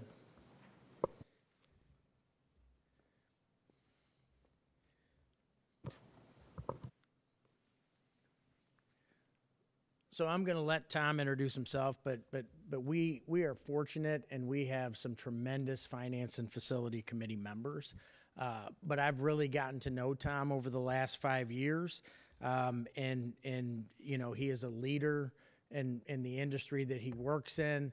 And what he's going to present to us, I think, is a tremendous opportunity in terms of exhausting some debt. Should we want to look at additional debt opportunities, albeit out of the general side or the debt service side, but this truly would provide some opportunities for us. Tom? Thank you, Dr. Macy. It's a pleasure to be here this evening. Outside of my time on the Finance Committee, I am the president of LJ Hart and Company, and we provide municipal bond underwriting and financial advisory services to school districts across the state. And up on the overhead, you'll see the state of Missouri. Everyone highlighted in yellow are school districts that we work with, in most cases on an annual basis. My office is in Clayton, and most of our analysts are there as well. We do have 4 retired superintendents that work for us scattered throughout the state. So let's jump into your situation. First thing I always look at when I'm putting together a school district's debt is the growth and assessed valuation. So over the past 10 years, the average annual growth rate has been about 5.5%. If you break it down in reassessment years, it's been 9.4%, and non-reassessment years just over 1. In my projections, to be conservative, I'm only assuming 2.75% in reassessment years and then 1% in non-reassessment. Looking at your debt that you have outstanding, and again, this is just the general obligation debt, only focusing on the debt service fund. On the left-hand side, you'll see most recent 2021 bonds, and then goes back to 2014. You go to the right side of this table, the call date. That's the date at which you can prepay on your bonds and or refinance if economical. Now, right in the middle, I have the average interest rate on each of those financings. Based on today's environment, market rates, I can't get anything lower than that. So a refinancing is off the table. It's, how much can we prepay and save on interest? So the 2021 bonds, there's nothing you can do with those until 2027. But everything else became callable in 23 and 24. And once that window opens up, it stays open. If we move to the left, the final maturity of each of those financings, I focused on those that had longer dated bonds. So that brought me to the 2018 and 2016. Those go all the way out to 2036. And then looking at the interest rate, the 2018s have the highest average rate. The 2016s, the 2.78, it's not the highest average, but there are some 3% bonds in there that since they go out to 2036 and they're at 3%, it's the economics are greater prepaying those. And I'll get into those debt schedules momentarily. Okay, so now what I did is graphed your debt service fund. The blue columns represent the annual principal and interest payments on the bonds going out to 2041. And the yellow line represents the balance as of June 30 in the debt service account. Now that balance is after the payment has been made that particular year. So if you look in first year, last fiscal year, 24-25, you had debt payments around $19 million, and your balance as of June 30th was $19 million. So essentially, you have 1 year payment in reserve. And that's an ideal situation. That's a healthy situation to be in. Now, if I look out into the future, you see how your balances take off with growth and assessed valuation. So that's what's telling us you're in a position to prepay bonds and save on interest, or consider another bond issue without increasing the 86 cents levy. Now, I'm not suggesting you do that, but that's what the data is telling me.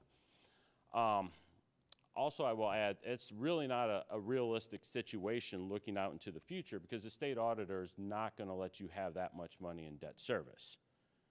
So, and we'll get into the Form C calculation that demonstrates that.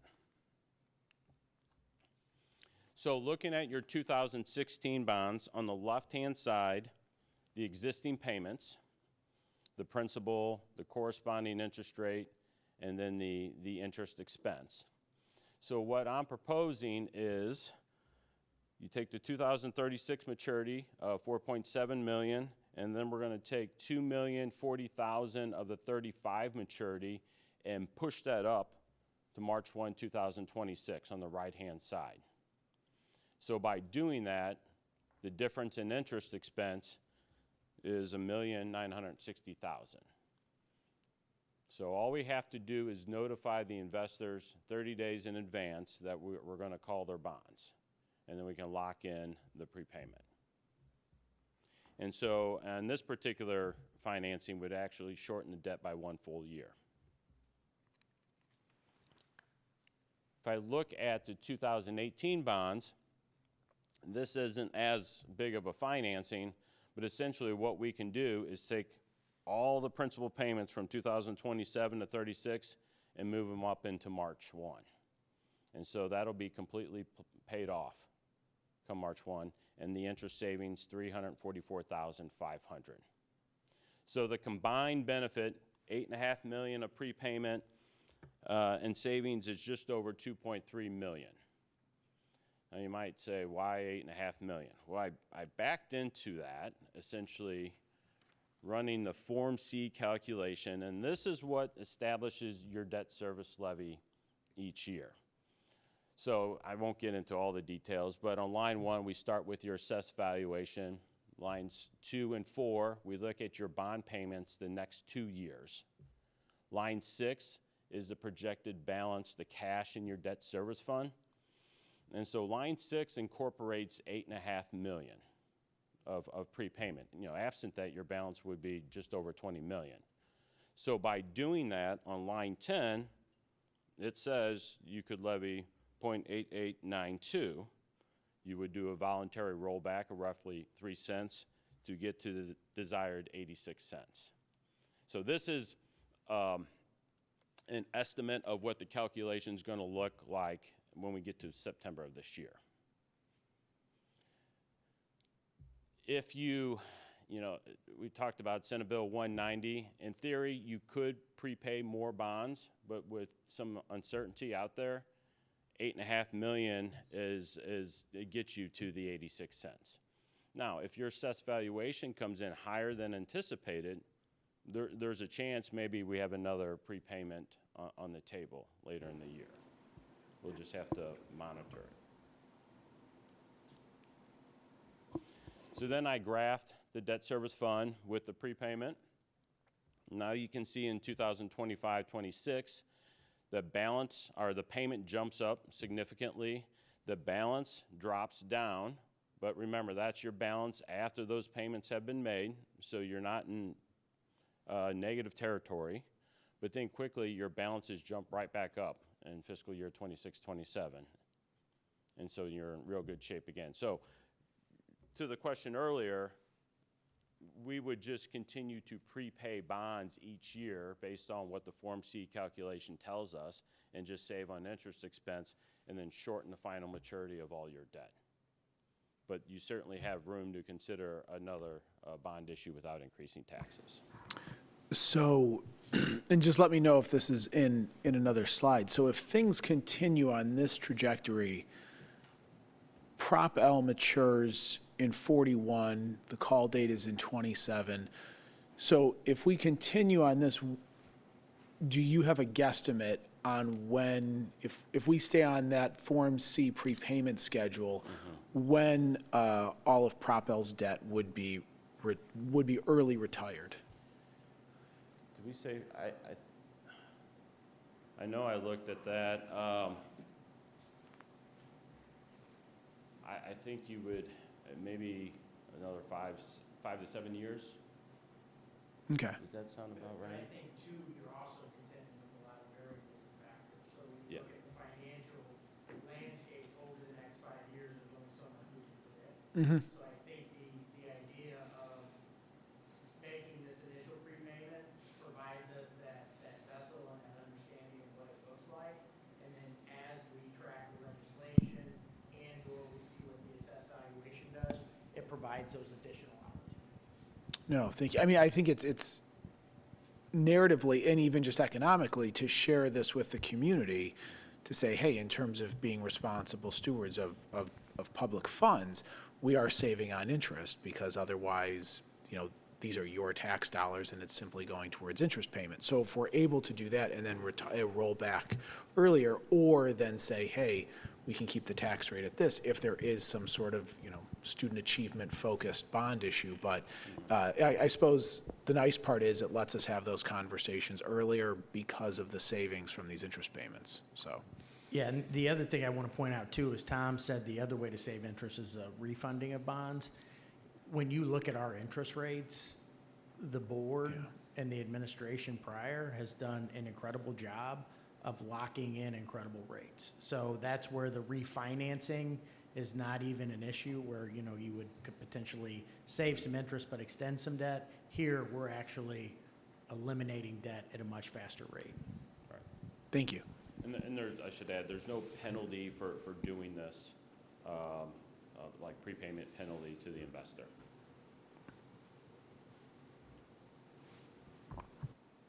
That's all I have slide-wise. Can I answer any other questions?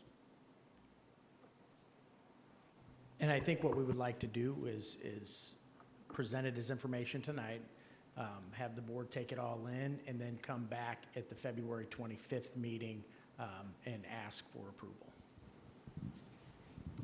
Thank you. If I may, for clarity's sake, for lay folks like myself, and where's the money coming from to repay said debt? It's money that you've collected sitting in the debt service account. Right. Number three. Yes. Thank you. But you just said we don't ever move from 1 to 3. So 3 just. So statutorily, 3 is separate. We even keep it in a separate bank account. We don't intermingle interest. There is no intermingling of that money, period. So that is a separate levy with separate rules. So what's the benefit of keeping cash on hand in 3? in general? I mean, because those bonds are accumulating in there, correct? So then what would be, before today, if you never brought this to us, what would be well, where would that cash go anyway? I guess because we've never kind of heard this perspective. Well, eventually the cash would be used to make future payments, but the state auditor's calculation is going to force you to reduce the levy. So every year the state says you can carry 100% of your next year's payment. Got it. Okay, so if our public approved 0.86, then the state auditor, we may then had to unilaterally reduce to 0.72 or. That's correct. Got it. Okay, just so that we didn't. So what's kind of the number would trigger that in terms of cash in there? In terms of what our balance would be? Mm-hmm. Like at what point do you think the auditor would say? I think next year. Okay. I think we're at a point now where when these models are built out and I came in for Prop L, we use for our cash flow analysis 6%. I think we used less than the 5.5% that Tom presented here today to be conservative, because what one doesn't want to do is we don't want to promise 86 cents and then the AV underperforms, and then the calculation of the debt says, oh, you need X amount of dollars to pay your debt, so you need 93 cents instead of 86 cents. So, historically, and you can probably comment better than I, a lot of districts will be very conservative in their assessed valuation growth models to ensure they hit that mark to keep it flat at that promise point. Okay. Absolutely. Okay. Any other questions? Thank you very much. You're welcome. I appreciate your time, and thank you for your service on the Finance Committee. Thank you. All right, moving right along. So we do have Cordigan and Clark here. Just a quick recap of our agenda. I know that we've taken a lot of the board's time in this, and we really appreciate that, and we appreciate all the thoughtfulness and thinking about the campus in totality as opposed to just the admin center. At our last meeting, I believe it was, or 2 meetings ago, we did define where we want the new admin center location to be. But with that, it stimulated extensive dialogue about what that disruption would look like to our middle school students, as well as some of our community events. So the focus of tonight's presentation is to talk through some of those scenarios and to talk about sequencing the project and or looking at the project where maybe we address some of those community spaces as part of the project and sequence it in a way that we target some of that space to ensure that we have that space available as we move into the construction of the building. So I'm going to let Rick take over, and Greg. Good evening. We're pleased to be here this evening, and as a starting point, most of what we're going to address tonight is going to be Rick's Belowick. And I think what I want to add at the outset is a reminder that we had promised you that we would continue to look out for opportunities to give you the ability to adjust on the fly in the future and have more opportunities to do that. And we've come up with a couple of things that will fall into that category. So first, I'd like to speak briefly about the master plan. Next slide, please. Got the clicker? All right. So this is something we had presented to you before. It's unchanged except for something that we'll remark on later in the presentation, but I think in a positive way. I think, as I have stated previously, the current position for the building is an effective one, and it's going to pay a lot of dividends. And nothing we've done recently has compromised any of those things we've spoke about in the past that were important to you, including maintaining fields. We started looking more completely at what the back of house field would be and could be. And it's interesting because Brandon Harp and I walked the site quite a bit poking at things, and Brandon, a thinker, walked away thinking and realized that if we rotated that competition field, it'll afford you a bunch of additional opportunities going forward that we think are important. So without further ado, I'll let Rick start to speak about what we think the sequence is, and only remind you that with the current escalation rates, the longer we wait to start moving forward on something, the more ultimately you're going to pay for those things. So with that reminder, I'll pass this on to Rick. All right, thank you. Yeah, we want to go back here. This looks like the Yeah, it looks like it's not the one, the most current one. All right.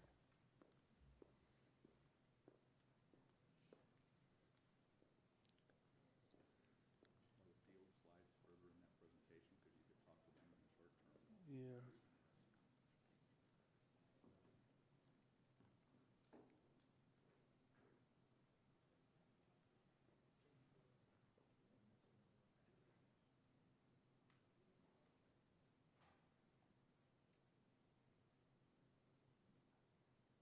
So while he's pulling that up, what we're going to show you here is some different options we worked on, how we can kind of pull this all together into some different packages. One would be, yes, yeah. Okay. Okay. So yeah, this slide here, it's listing out the different options we're seeing that have been kind of discussed or that we've come up with. And obviously the first option is just to build everything at one time if you can afford it. We have a schedule for that. That would be the building, the parking, the field improvements, the loop road, and all those sorts of things. And then some other options could be a focus on building the fields and the loop road and a little bit of the parking first to make sure we keep the parking number where you need it to be, and then continue with another package that would be the building and some remainder of parking. There's a third option that we put on the list, but it would be if you were to do the building first and then come back with the fields and the loop road. But everything we've heard is that you really want to focus on doing something for the students first. So we put it on the list, but we don't have a schedule built for that. And then one thing we want to talk about that came up more recently is the idea of maybe doing something, an early bid package for that rear field, and we have a couple different options for that. One thing I want to mention with all these packages is that and the plans is we're kind of allowing a space where our concessions and our restaurants could go. We're not really designing that, and we're not at this time. We're not thinking that there's any sound system or field lighting that would go along with these field designs. At one point, it was discussed that there would be bathroom access in the bottom of the building. Is that still part of this discussion? That's still the plan, yes. Okay, thank you. Can you go to the next slide? So this slide shows what it would look like if we were just to design everything we've been talking about as far as the building, the loop road, the parking, and the fields. And we just got the land survey recently. We've been kind of waiting on that to really get into some more detailed design. So we're starting the schematic design phase, and we're seeing that would continue until basically the end of March. So at the end of March, we'd have a solid site plan, building plans, some elevations of what the project looks like. And then we would continue into design development phase, and this is where we're continuing to develop the design in more detail. And that red box there kind of represents when we'd really start interfacing with the city. There are several, we have to get a special use permit like we had to do on Prop L, and we have to submit to MSD. There are several meetings we have to attend that would happen during that time. So at the end of design development, we would have gotten through those approvals needed with the city. We'd have a design and an estimate, and then we would continue into construction documents, going out to bid in October, and then you're kind of hitting the weather and the holidays, but kind of getting mobilized and really getting the construction started at the beginning of next year. And we think that schedule would continue on until, I don't think it's showing the whole thing, but basically the summer or fall of 2028. So, and what's not shown here is with doing everything all at once is there's going to be some phasing and some intermediate steps that we'll have to get. There's more detail to this basically than what's just showing. But basically, just wanted to show if we'd started designing this and doing it all at once, we think we can get done basically by the fall of 2028. So you can go to the next slide. So this is a little bit of a different approach where we can, the first two phases remain the same. We finish up design development in June. But then we focus on putting out an early package that would be focused on the front fields, the loop road, and getting some of the parking in so we can maintain the parking when the next phase happens and you put the building in. We get that out quicker. We'd go out to bid in August or September and start construction in October for about 6 or 7 months and finish up sometime in the spring. While that construction is going on, then we could work on the second package would be for the building and the remainder of the parking. And we have a little bit of a buffer time there where we can put it out into bid early in 2027. It was actually a good thing because it allowed the contractor some time to order materials and then basically start that next project or next phase after the field work is done, starting up in June of 2027, and that would continue on into early fall. So some of the advantages of this is you get part of the work sooner, available for you to use while you're waiting for the building to be completed as part of the second phase. Go to the next slide, please. So this idea would be, what if we just focused on an early package to get something done in the rear field? And if we keep it to just doing field work and not have a great effect on the green space, then we can kind of bypass some of the city's approvals. As far as the formal approvals, we did have a preliminary meeting with them and kind of talked about all these options. And we still have to submit to the city, but we don't have to go to planning and zoning and ARB and all those sorts of things, so we can kind of go quicker. So if we started on that package and basically next week and worked on that in February, when we come back in on the 25th, we could give you an update of what that scope looks like, and then proceed with starting to submit to MSD and the city in March, and put a package out to bid in April, and have that ready for approval at the April 13th board meeting, and have bids for your May 13th board meeting, and then start construction on that in June. And there's a couple different options we have with that as far as what that work is back there, but that work could be completed sometime in the fall, anywhere from October to end of the year, basically. So you keep on going. So this slide, we wanted to show how that work could be done and have a minimal impact on the school. So there's some fencing back there that exists, and we would fence off the whole area so that area is totally separated from students. And we've walked the site a couple times and think there's a way we can get access, as we're showing there near the tennis courts and that parking lot by the tennis courts, and have a minimal impact. You can still use that front field. So this work would be starting in June, going through the summer, but some of that, there would be some overlap with school while the fields are being finished in the fall. If you go to the next slide. And then this is just some photos of how we're thinking that the contractor can get back there and get access to the site. And then this last slide, we just took a shot of kind of showing a couple different layouts. So the first option is going to be the most cost-effective and the quickest thing to build would be to build an artificial turf field approximately where your field is now, and the same orientation. And then we're looking at some couple different options of how you could rotate the field. Maybe in option 2, there's an artificial turf field with a grass area that could be a grass field adjacent to it. Or option 3 would be to do 2 turf fields.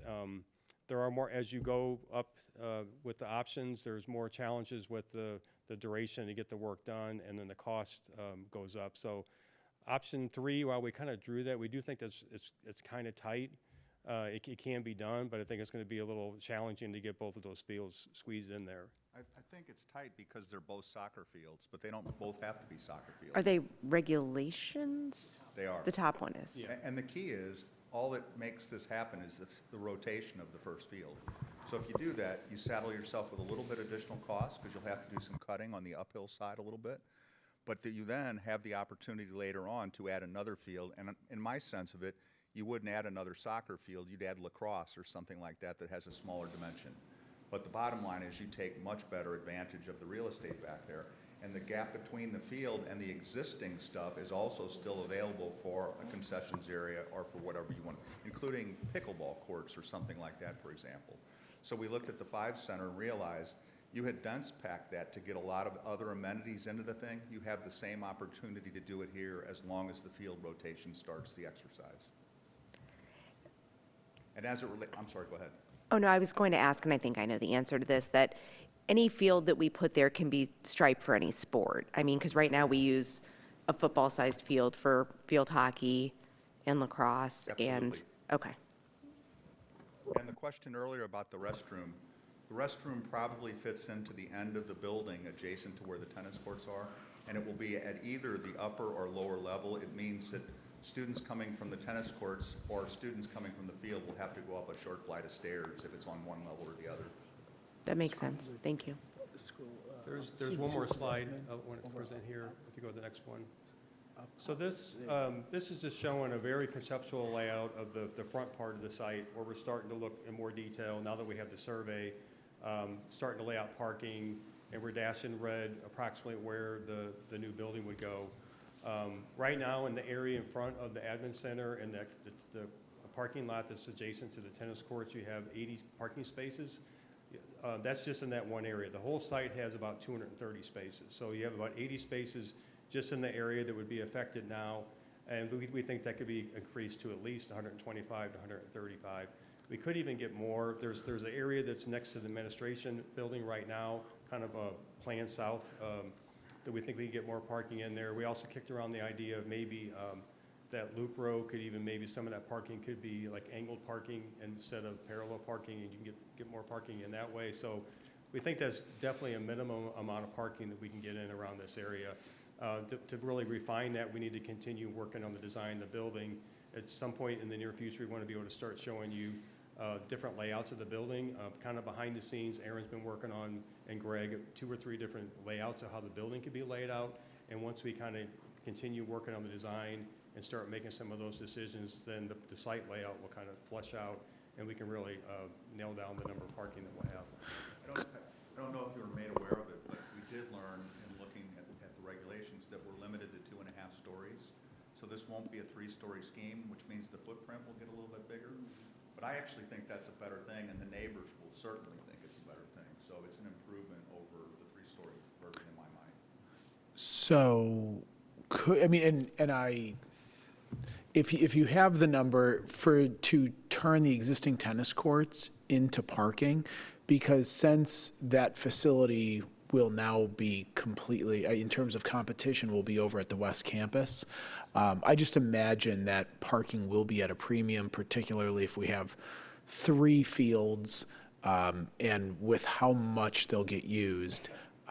It would be nice to have additional parking and at least to be able to factor that in for what it would cost. Yeah, okay. Jeff did share that comment earlier today, and a couple thoughts.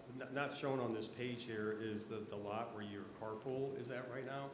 And in the parking calculation that we got approved at the city of Prop L, that area is not, I know you park on that at times, but it's not included in your parking count. So that's additional parking. And I think you could easily make a way, put some steps in to get people up to the fields in that loop road and utilize that parking would be one option. We did also look at the idea of, we talked to our civil engineer today about what if we paved the tennis courts, and we could get about 140, 150 spaces, we think, in there. What we would probably do is it's an asphalt tennis court with a topping on it. We'd do like a 1.5-inch asphalt lift. And we had some preliminary numbers that we just ran kind of this afternoon. We think that's about $150,000 to do that. That's just including the parking and some landscaping we would need around there. The one thing that we're a little concerned about is how close that is to the neighbors right there, and if maybe the noise and if you put lighting and stuff like that might be a little bit of a concern. So there's some other options. You could maybe do half of the tennis courts, keep half of the tennis courts. Maybe you do a paved area that's a play area for kids during the day, and then it can be an overflow when you need it or if you need it, kind of thing. You can do the same thing with the lot though, where your carpool is as well. To the point that Rick just made about the lower lot, that may seem like an inconvenience, but it really doesn't have to be. The fields don't typically operate during the same time you need to use that parking field down there. So the right transitional space and stair to get you up there would make that perfectly suitable relatively inexpensively. I saw you had a question. Okay, I was going to comment also. I think that originally I remember the comment being that your feedback from curriculum and instruction from the middle school was that those tennis courts were being utilized for physical education space. I think that was when we were going to have our facility, the admin building, on A or C. I think now moving the admin building to B, I think there's very little chance that they're going to go around the admin building and behind the admin building to go to PE. So I think any initial thought of saving them for that purpose is and especially, I don't think they're moot. going to not utilize 3 beautiful new turf fields Yeah, to then go play on so I tennis think courts. the initial thought was to save them, I think, for PE Yeah. purposes, but now that's I think we'd need some clarity on that from Yeah. the PE, the health Yeah. and wellness team at the middle school. Right, but I'm saying in terms of now there's grass between the middle, like it's not, the admin building is not, this is now going to be like in the Right. backyard of the admin building as opposed to. Right. But I think There's going to be a road that wraps around to it. Yeah. So I can tell you that our PE teachers would want to keep it because they use it for a lot of different things. I'm looking at Jeff right now. They use it for a lot of different things, and they would travel around that road to get there and not necessarily go behind them. Use your microphone. I was just saying, I think we can ask our PE staff for sure. You know, Layla and Jeff may want to chime in, but especially if there's a road that wraps that wraps around the field right now to get to that back tennis courts. The kids are out there all the time. I mean, they're using those tennis courts all the time. So I would think that our PE would want to utilize it. And that's not to say they won't use the turf field, but they put kids in stations constantly and rotate them through from one thing to the next.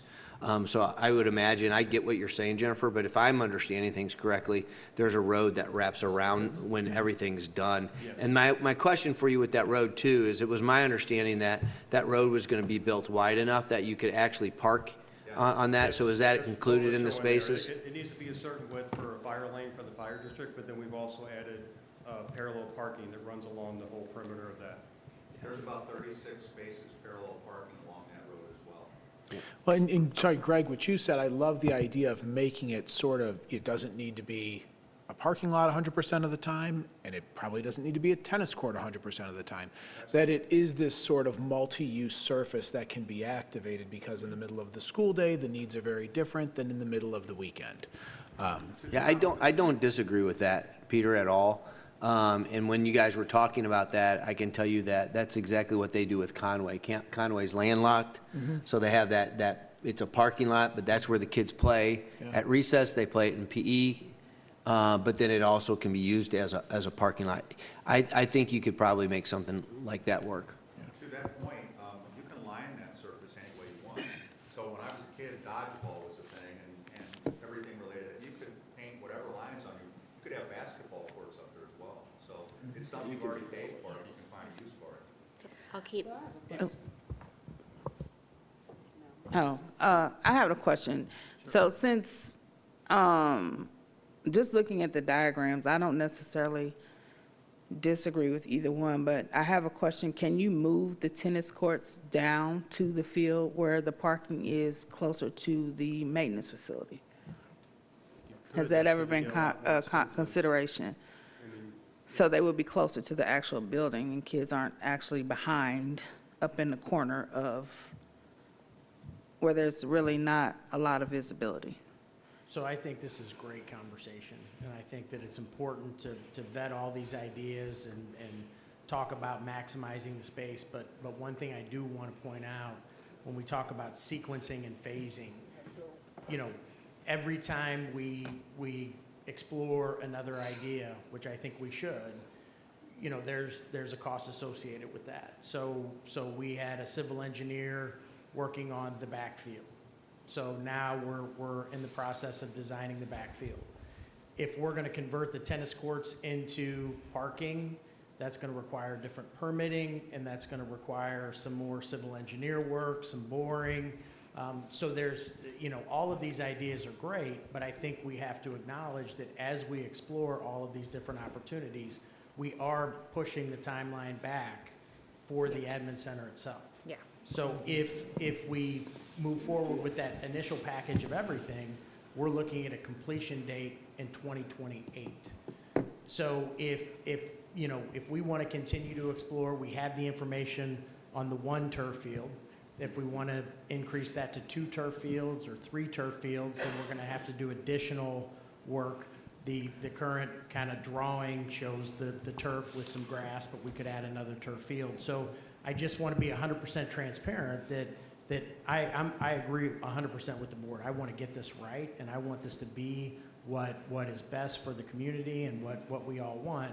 But I just think we need to continue to reflect on, we're going to continue to move that timeline back further and further based off of some of these changes and different design opportunities. But I do think that in terms of moving the tennis courts, that is something that we could look into, putting it closer to maintenance.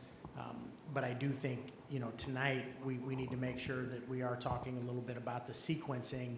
And if we want to go with the fields and the tennis courts first, I think that's great. We can have Corrigan and Clark put a lot of focus on that, and then continue to bring building design, opportunities to us. But I think that we need to really talk about the sequencing a little bit. I'm not necessarily, I don't think we should rush into a plan without vetting all possible options. So I understand we're trying to get to a timeline, but I also didn't know that we were trying to rush to get to a certain date, in terms of without vetting all of the different possibilities. Because in my opinion, and due to diligence, I just got access to my files tonight, but this is the first I've heard of let's do the fields before we do the building, because the whole project is about redoing the administration building, not necessarily the fields. I asked them at the last open session. Yeah, but that's not the focus of the project. The focus of the project is the building.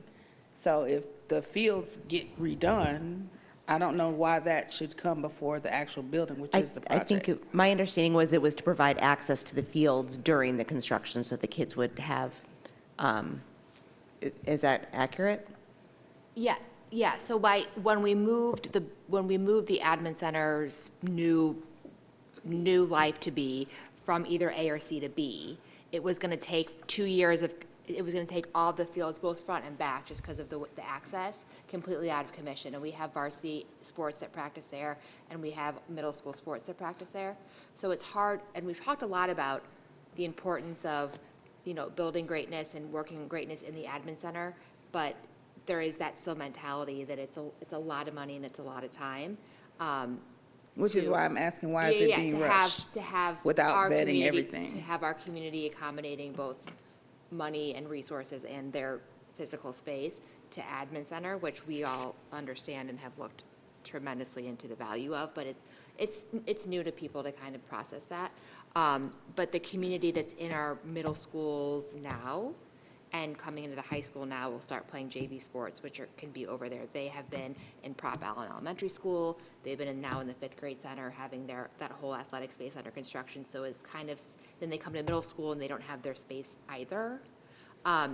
So if the plan was to eventually make those fields improved with the plan, to try to flip it to say, okay, let's make sure that our student activities in our community is comfortable, that they can continue to use and grow and practice and play and compete and thrive, and get that done. And if it was in the backfield, because we talked about this last time, if it's in the backfield, they can access the road, and then however long it takes to build on now Plan B, Plot B, whatever we were going to do, Plan B, then that can not be as rushed. I know as a parent, if my kid's coming into the middle school and I'm looking forward to junior Rams, or I'm graduating the middle school and I'm going to play JV sports, and I am unhappy with the fact that a majority of our community fields that my kid was going to be using are going to be taken out of commission for the next 2 years after having had it at the other buildings too. So that was kind of where we went with it. When you say we, that's not I don't remember. I asked having that conversation. That's why I'm trying to ask. That's what I'm trying to understand. Okay, well, that's where I think we grew out of it from the last open session. That all of these different changes and plans. Well, this is the first we've seen. This is the first any of us have seen. Right, but that's what I'm saying. So if this is the first time we're seeing it, we also haven't discussed moving other things to make it more efficient so that we don't have to do it later. Even if it is a add-on, the same way we did with the football field here.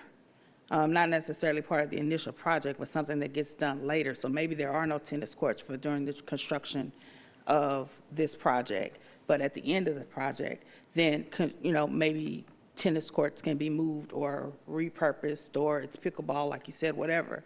That it's not the initial phase of the project, but the second phase of the project, once the administration building is done. I think that's a good point, that the tennis courts is something, you don't have to bundle it into this project. You could easily make that decision after the admin building is done.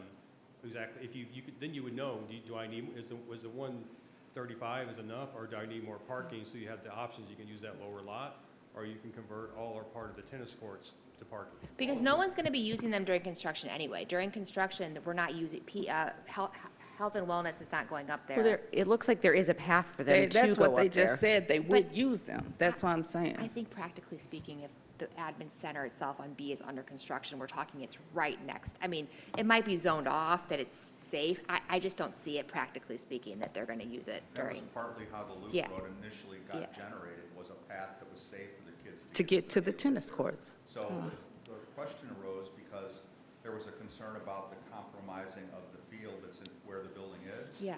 But the backfield is always going to be accessible during the building's construction. The loop road is what makes that possible. They can walk safely on the loop road and go past the building site.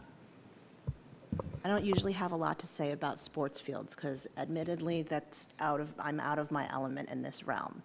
That said, I feel a little bit like we're having mission creep at the moment. Only insofar as we started this, as Keisha said, as a project having to do with the admin center, and we went through several iterations of that. It made sense if we had some concerns about wanting to improve the fields in the back, that there would be efficiencies built into putting that in this project. I don't want us to rush into a decision right this second. At the same time, I feel like we have enough creative minds at this table that if we sat here long enough, we would keep coming up with more ideas for how to use the space, and at the same time trying to be responsible to our community and expenditure of taxpayer dollars. The more we delay to explore more and more ideas that may well be amazing, we are also spending more money, not actually working on the project that we set out to do. So I'm frankly, like, I'm agnostic as to all of these because I recognize that sports is now my expertise, so I defer those decisions. With respect, I defer to those who know more about it. But I do want to express that I feel like we do need to decide sooner rather than later. Otherwise, we will keep iterating this until we've spent money not doing anything. Well, I think to what Jeff's point was, which is correct, is that there's no mission creep in that the admin center is the mission of this, but the impact that our construction for the next 24 plus months will have on our middle school campus and our central campus, we can't ignore. So I think the sequencing is how can we provide the admin center of our dreams and also not impose the next 2+ school years of removing community access to what they use as fields, whether it's middle school, junior ramps. So I think the sequencing is the point more of the design. I mean, I can nitpick the design and I could say, oh, well, these are massive fields. They say soccer is the biggest field there is. We feel really good about what we just did at the 5th grade center. We're talking about fields that can be much smaller for middle school football practices, we don't need, so these, I think that if we can just decide the sequence, it doesn't necessarily sound like we're deciding tonight. I think that we're voting next week. This is an information tonight, and we'll vote next week. On the sequencing. Your And then next I think meeting. I think my concern is that whatever decision it is that we make, I feel like the longer we sit here, the more, now we're talking about what are we going to do with the tennis courts when the tennis, we're just, we're expressing a concern about wanting to change them into more parking. And like a month ago, when we were presented a plan with a certain number of projected parking spaces, we all seem pretty satisfied with the plan that was presented to us. So I don't mean this as a criticism. I literally mean I think we have a lot of great ideas at this table. I just feel like we need to decide the scope of the project, whatever it is, and actually take a vote next time instead of exploring. Like, I'm respectful of wanting to explore all our options, but again, we're spending money not doing the project right now. To your point about the parking, and last month we kind of were like, okay, that's enough parking. I would just posit that anyone who has been to a youth sporting event or any sporting event has walked way farther than the front of the middle school to the backfield. I'm not worried about that. Well, Peter had asked about additional parking on the tennis courts, and I do kind of have the feeling that that's something that we could do later if the need arises. I think maybe we can live in the space for a little bit, see how it goes. I think our decision at our next meeting is schedule a full project or option 1 or option 2. Do we go ahead with the full project, or do we go ahead with the phased project of the road, the loop road and the backfield concurrent with the planning for the building? Is that accurate? And I appreciate the conversation. I really do. I think it's great, and I appreciate everybody's thoughtfulness in the conversation. And we are not looking for a vote even at our next board meeting. Essentially, what we're asking Corrigan and Clark to do is we've asked them to go ahead and design a field. So that way we can have that design ready to go if we want that to be part of the package. We have not even gotten into the detailed initial drawings of the building, which will probably need to be, you know, a meeting where we get everybody together and kind of review and start talking about that piece. I think what we're trying to do is build consensus on the scope of the project. And if the scope of the project can initially include a field and a building and a loop road to provide that accessibility, with the idea that we can still look at additional opportunities for the tennis courts and or additional fields down the road. We're just looking to really determine the scope of design work for Corrigan and Clark at this point in time to put together that bid package, whether it's the building, the road, and the field, whether it's an early package for the field and the road. Really what I want to do is I want to centralize their efforts to bring the board more detail about the building itself, which is what the project initially started as. So are you looking for a head nod? Are you looking for a straw poll? I mean, I think we need some sort of, it's in information, so we don't necessarily need to vote, but we do need to, sounds like, to make a decision about option 1 or option 2, or the early backfield package laid over something else. So can you tell us how you? I can summarize what I think I've heard. Okay. And then that can lead the next discussion. So throughout the conversation over the past several months, I've heard significant dialogue about the admin center itself, which again, that is the original scope of the project, and that design work is currently happening. I feel like we've heard a lot of positive feedback about the road to ensure accessibility on and around the campus, not just foot traffic, but also as an opportunity to either extend parking during the construction, because I agree with the board when we saw that initial design. I was a little bit concerned about the parking of our existing staff. And then the other thing that we have heard is improving the backfield. So we can move forward with the design of that and decide whether or not we want to bid that later. But I think that knowing we're already engaged in the admin center work, really it's more of a consensus. Should we go ahead and perform some of the civil engineering activities to determine what that road looks like, as well as the backfield? Can I add something? And I think the backfield came about when we moved the location to B and realized that the traditional front field is going to be out of commission. At least partially. No, because you can't have, I asked them to draw in red last time, and it was a significant portion. So then the idea being the backfield where that maybe wasn't part of our initial phase, is it worth it as a board to create something where the community can continue to use the middle school campus in ways that they are accustomed to? And that was where that kind of came from. So the exploration of the backfield was to provide a durable, weatherproof surface that was accessible throughout the construction. What we don't know, and we heard a little bit about it, is the initial idea could have been a 3-story. Now it's a 2.5-story, which is going to broaden and expand. That's where I think that we could see additional conversations beyond tonight about parking counts at the tennis courts, which we don't have to make a decision on that tonight. And or what does that reduce the green space in the front to? Which again, exploring the backfield opportunity does provide us that opportunity if we get to the point where we say, okay, the front field is going to be great for some middle school sports as well as PE classes, but we want to make sure we do have that competition size field available in the back.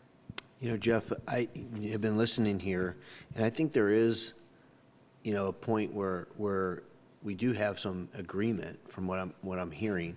And feel free to chime in as a board or a board member if I'm off here, but I kind of think what I heard Marissa say was accurate, and I hear what you guys are saying. You don't need a decision by even next time, but when Marissa talks about, you know, are you going to go with option 1 or option 2, as you guys had outlined, I really haven't heard anybody saying, no, we don't want a backfield that's turfed. And I really haven't heard anybody say, no, the loop road, we don't need the loop road either. And I haven't heard anybody say, because to Amy's point, this project was originally an admin center, and no, you know, we're not sure. So I think it really is about the sequencing of those things. And then I think what Keisha was saying and what you said, Rick, in terms of the maybe the ancillary things that go along with it can be cited at a later point in time. And so from my standpoint, looking at the board, I kind of see what Marissa said in terms of what do you want it to do and when do you want to do it. The what, I think there is some common. I mean, again, a turf field in the back, I think people are in agreement with that. A loop road, I think people are in agreement with that. We agreed where we want the admin center. So to me, it's the timing of how you all want those things done. You've presented 2 options plus kind of a special third option. And at what point do you need us to say option 1, option 2, or option or early backfield package overlaid on option 1? I think we really need, like Jeff was saying, we really need the scope defined, because we're going to design everything through schematic design and design development to get it approved for the city and have that all done by June. But if you want to do the early field, we would need to know that schedule to get that done potentially this year. We would need to start working on that right away. If you're not interested in that, and we just want to kind of design it all, and then come June, we would split it up into packages. You could do the whole thing at one time, or you could decide to do the field and the road first and then the building. Because the early backfield packages was the question I had a little while ago, does not include the road. It is just the field. It's just, and to do that, we can't add any paving. So the thing Got about it. that is we are going to have to get a variance for the green space. We had to do that when we did Prop L.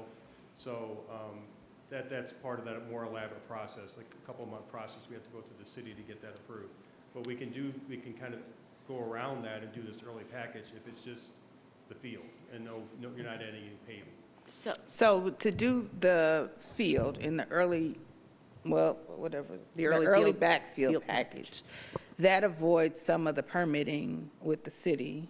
Am I understanding that correctly? It's a simpler process because you're just doing, you're exchanging grass for artificial turf field, and that they don't count that as it's Correct. not a great change to the site. So then I have 2 quick questions. One, when we first started talking about this, when we started talking about the backfield, you said there were some concerns about elevation. Are those no longer concerns? Can you go back to that diagram? I think it's the one right before. I don't remember the concerns about the elevations. We did make the comment that the option where there's 2 fields back there, we drew them on there, but it's pretty tight, and there's probably some retaining walls and some fencing and some things that aren't shown on here because this is very conceptual. It could be more of a challenge. We're going to be digging into that hill. We're going, like Jeff mentioned earlier, the borings. We're going to have to get some borings to make sure there's not any rock when we dig into that hill to put that field there. But I'd like to add that the point that was made earlier was Can you use the microphone? No, we don't. They were on there just located.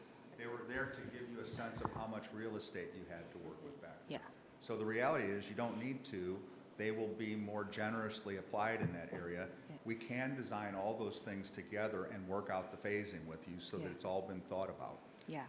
But even without, whether it's 2 or 1, I'm concerned more about the elevation and the boring and the, all of that. So that's not of concern. The only concern was at the scale that it's drawn there, that The upper right-hand part of the upper field would require some cutting to occur in order to level it out through there.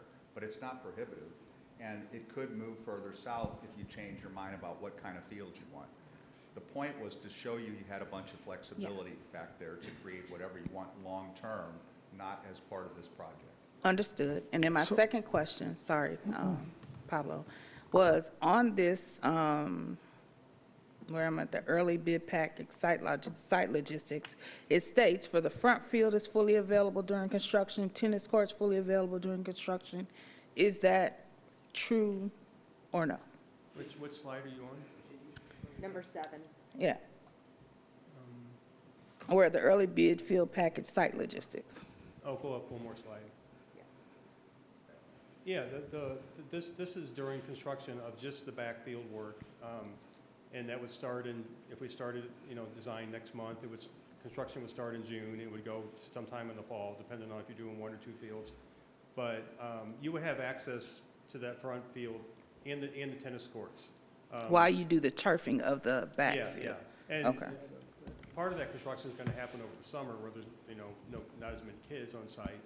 But there will be some overlap for a couple months as school starts, and we'd have a gate there, so there'd be some trucks going in and out of there. But we can manage that with the contractor and still allow access to the tennis courts and that front field. So then, just from my own understanding, once the artificial turf field is complete, then you would move into the road, the access road, and the start of construction of the actual administration building. Yes. But not necessarily having to touch the front field or the tennis courts. Not as part of this early package. But once that's complete. Yeah. Once it's complete, then we're going to be working, the next phase will be working on the admin building and that front field. So then that limits access to the front field. Yeah, it would at that point. But you would have the backfield, and the road would be in place. Yeah, this diagram here is only for just to show you what it would look like for the backfield. Okay, thank you. Because where I sit, I don't see a purpose for us to spend the money that this would take for the phases to be all together, because I think at the end of the day, if we have a gorgeous front field, and everyone's going to be out of commission for 28 months anyway, then we'll deal with the backfield in the years to come. The whole purpose of pushing the backfield was to actually give the community their space. So I under no circumstance would support 1, because we would just take the backfield out at that point. Does that make sense? Because the backfield is really not playable. I mean, there's people who practice back there, but as it is, it's not playable like the front field. So that was kind of where it kind of born from anyway, if that makes sense. So for sequencing purposes, it's, for me, backfield, road, and then by the time that gets done, it's time to break ground anyway.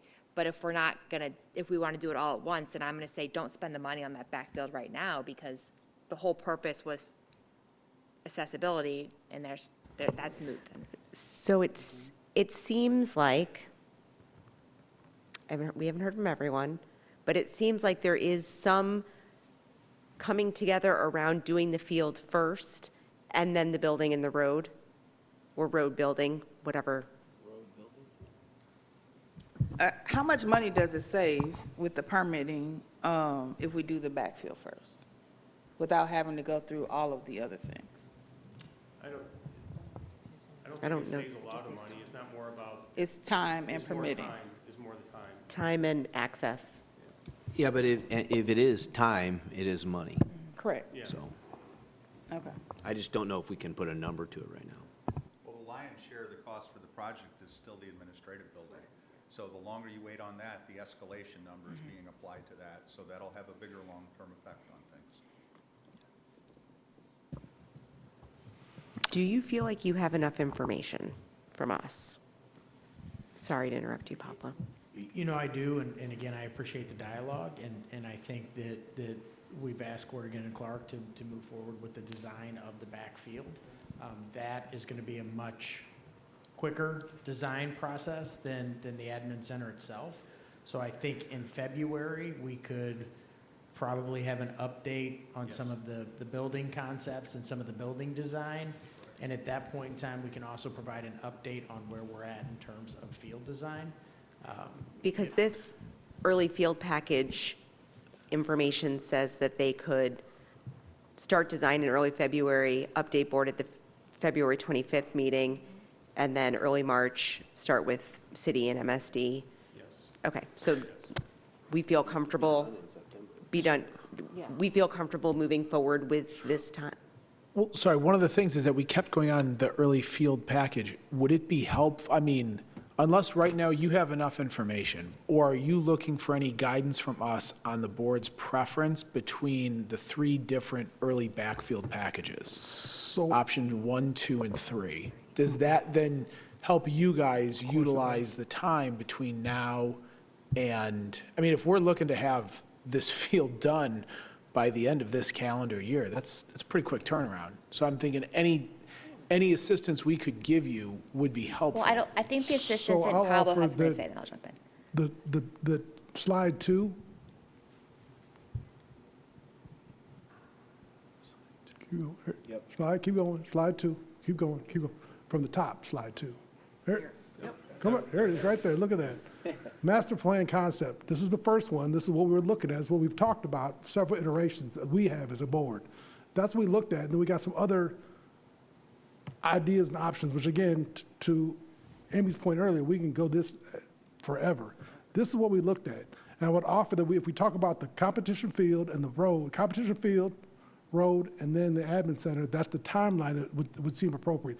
This is what we've talked about. The other iterations of fields and those things weren't our frame of reference. So I also don't want to spend an inordinate amount of time talking about everything else we could do. Again, this is people's money. This is taxpayers' money. I don't want to misspend it either.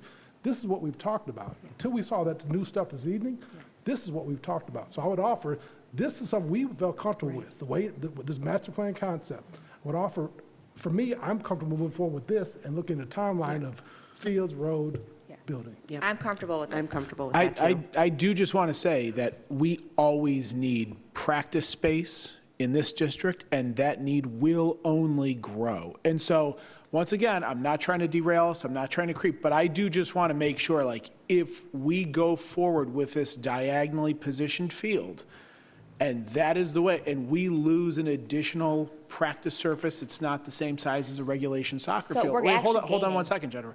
And so I just want to make sure to meet the timeline that we have said, if it's December of '26, that what do you need from us in terms of guidance? Let me just say that I agree with everything that Pablo just said. That's clear, that's what it is. The only thing you have to do different is to rotate the field. The second you do that, you have not closed any doors on the other options later down the road. You can do whatever you want in whatever time you want, as long as the rotation of the field occurs. That's all.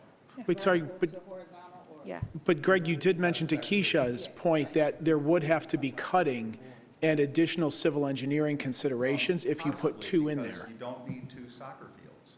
So We don't also need any have, soccer fields. we have a We don't football- need any we have a So lot of soccer. The thing you could help us with would be to tell us what kind of fields you'd like back there, because we'll scale them appropriately and move away from where the cutting is. And that's probably not a board question as much as Jeff might put together a committee of the actual coaches and teachers and community members and junior Rams board and Rams lacrosse board. You know what I mean? Like, that would not be for It seems like you us. make it as big as it can be, and then you stripe it for everything you can. I don't know. The multi-use A field. multi-use field, right? Yes. So it seems like, the biggest possible. We don't need to pay necessarily. Absolutely. well, right, but, okay, well, And Jeff will come up with what he thinks. so Well, I it think sounds it's- like, I think it's space. I think Right. it's like what we Correct. did at the 5th grade center. And I think what we're going to see by putting that full practice infield there, that's going to turn into a lacrosse field, that's going to turn into a field hockey field, that's going to turn into a true Correct. multi-purpose Yes. area for people to play and practice. like all of our, all of our fields can play any sport, any field sport can be played on, I think, most of our fields, especially, But I appreciate what I just heard there, and I think what we can do is we can look at turning it slightly, seeing what the impact is to cut into that grade, and then we can cost out a regulation field, whatever sport, but then we could even add additional square yardage to see what that could cost. And I believe we could probably do something along the lines of alternate bids based off of the size of the playing surface. So I think that's a great idea to explore that option, and we will go ahead and begin the planning of that, the civil engineering and the design work of that. And what we'll do is we'll bring to the board an update on what we think the cost estimates are based off of the size of the field. So for final clarification for me, and anyone listening who may be as confused as I have been, if we start with the competition field, rotate it to get the maximum size, what you're saying is that you can have that completed while you continue to design the actual administration building. Correct. And then we would just continue to move through the construction stages. Yes. Thank you. I agree. The other thing that we're going to be doing in the next couple of weeks is getting the geotech borings for all the building and the site. So this will be an area we look at. So that'll help tell us if we rotate that field, if there's some rock or something that we might encounter. Barring any unusual findings, knock on wood, there won't be any. And in terms Boring. of growth and projections, because we did move it to B, and you've heard me say, okay, we're taking all this front field out of commission, we're also getting, it was not in our near future to regrade that front field anyway. So the community is getting a huge upgrade to the front field that's going to have to be regraded, whether or not. So that's an upgraded grass space anyway. When we're talking about middle school football, we're talking about middle school stuff. So I mean, as long as there's no holes in the ground. Yeah, I mean, this is going to be when that's said and done, we do have extra space that we don't even. Yeah, it's going to be great. Great. And I think just agreed on will streamline the process Yes. in a way that will save you money. Correct. It makes our job easier to do. Great. And Peter, to your point, duly noted, we want students engaged in extracurricular activities outside of the school day. We do believe that there are some opportunities for increased accessibility here at the stadium. We've been talking to Nick Giannino, knowing that there's going to be some kind of disruption here, regardless, whether we're trying to find places for people during the summer. We know we're going to have to move people around. So we've already started that legwork on the back end of saying, hey, how can we bring more people into the stadium knowing that we have some untapped resources? And we have to do that parking lot this summer. They're going to have to park somewhere else, shuttle over. No, I'm just kidding. Thank you. Thank you, guys. Right. Any other questions for our amazing finance team tonight? Yeah, this was fantastic. This was great. Thank you so much. Thank you. We've come to the end of our agenda, seeing as there is no more business. Is there a motion to adjourn? Thank you, Keisha. Thank you, Pablo. All in favor? Aye. Any opposed? Okay, motion carries. Thank you so much.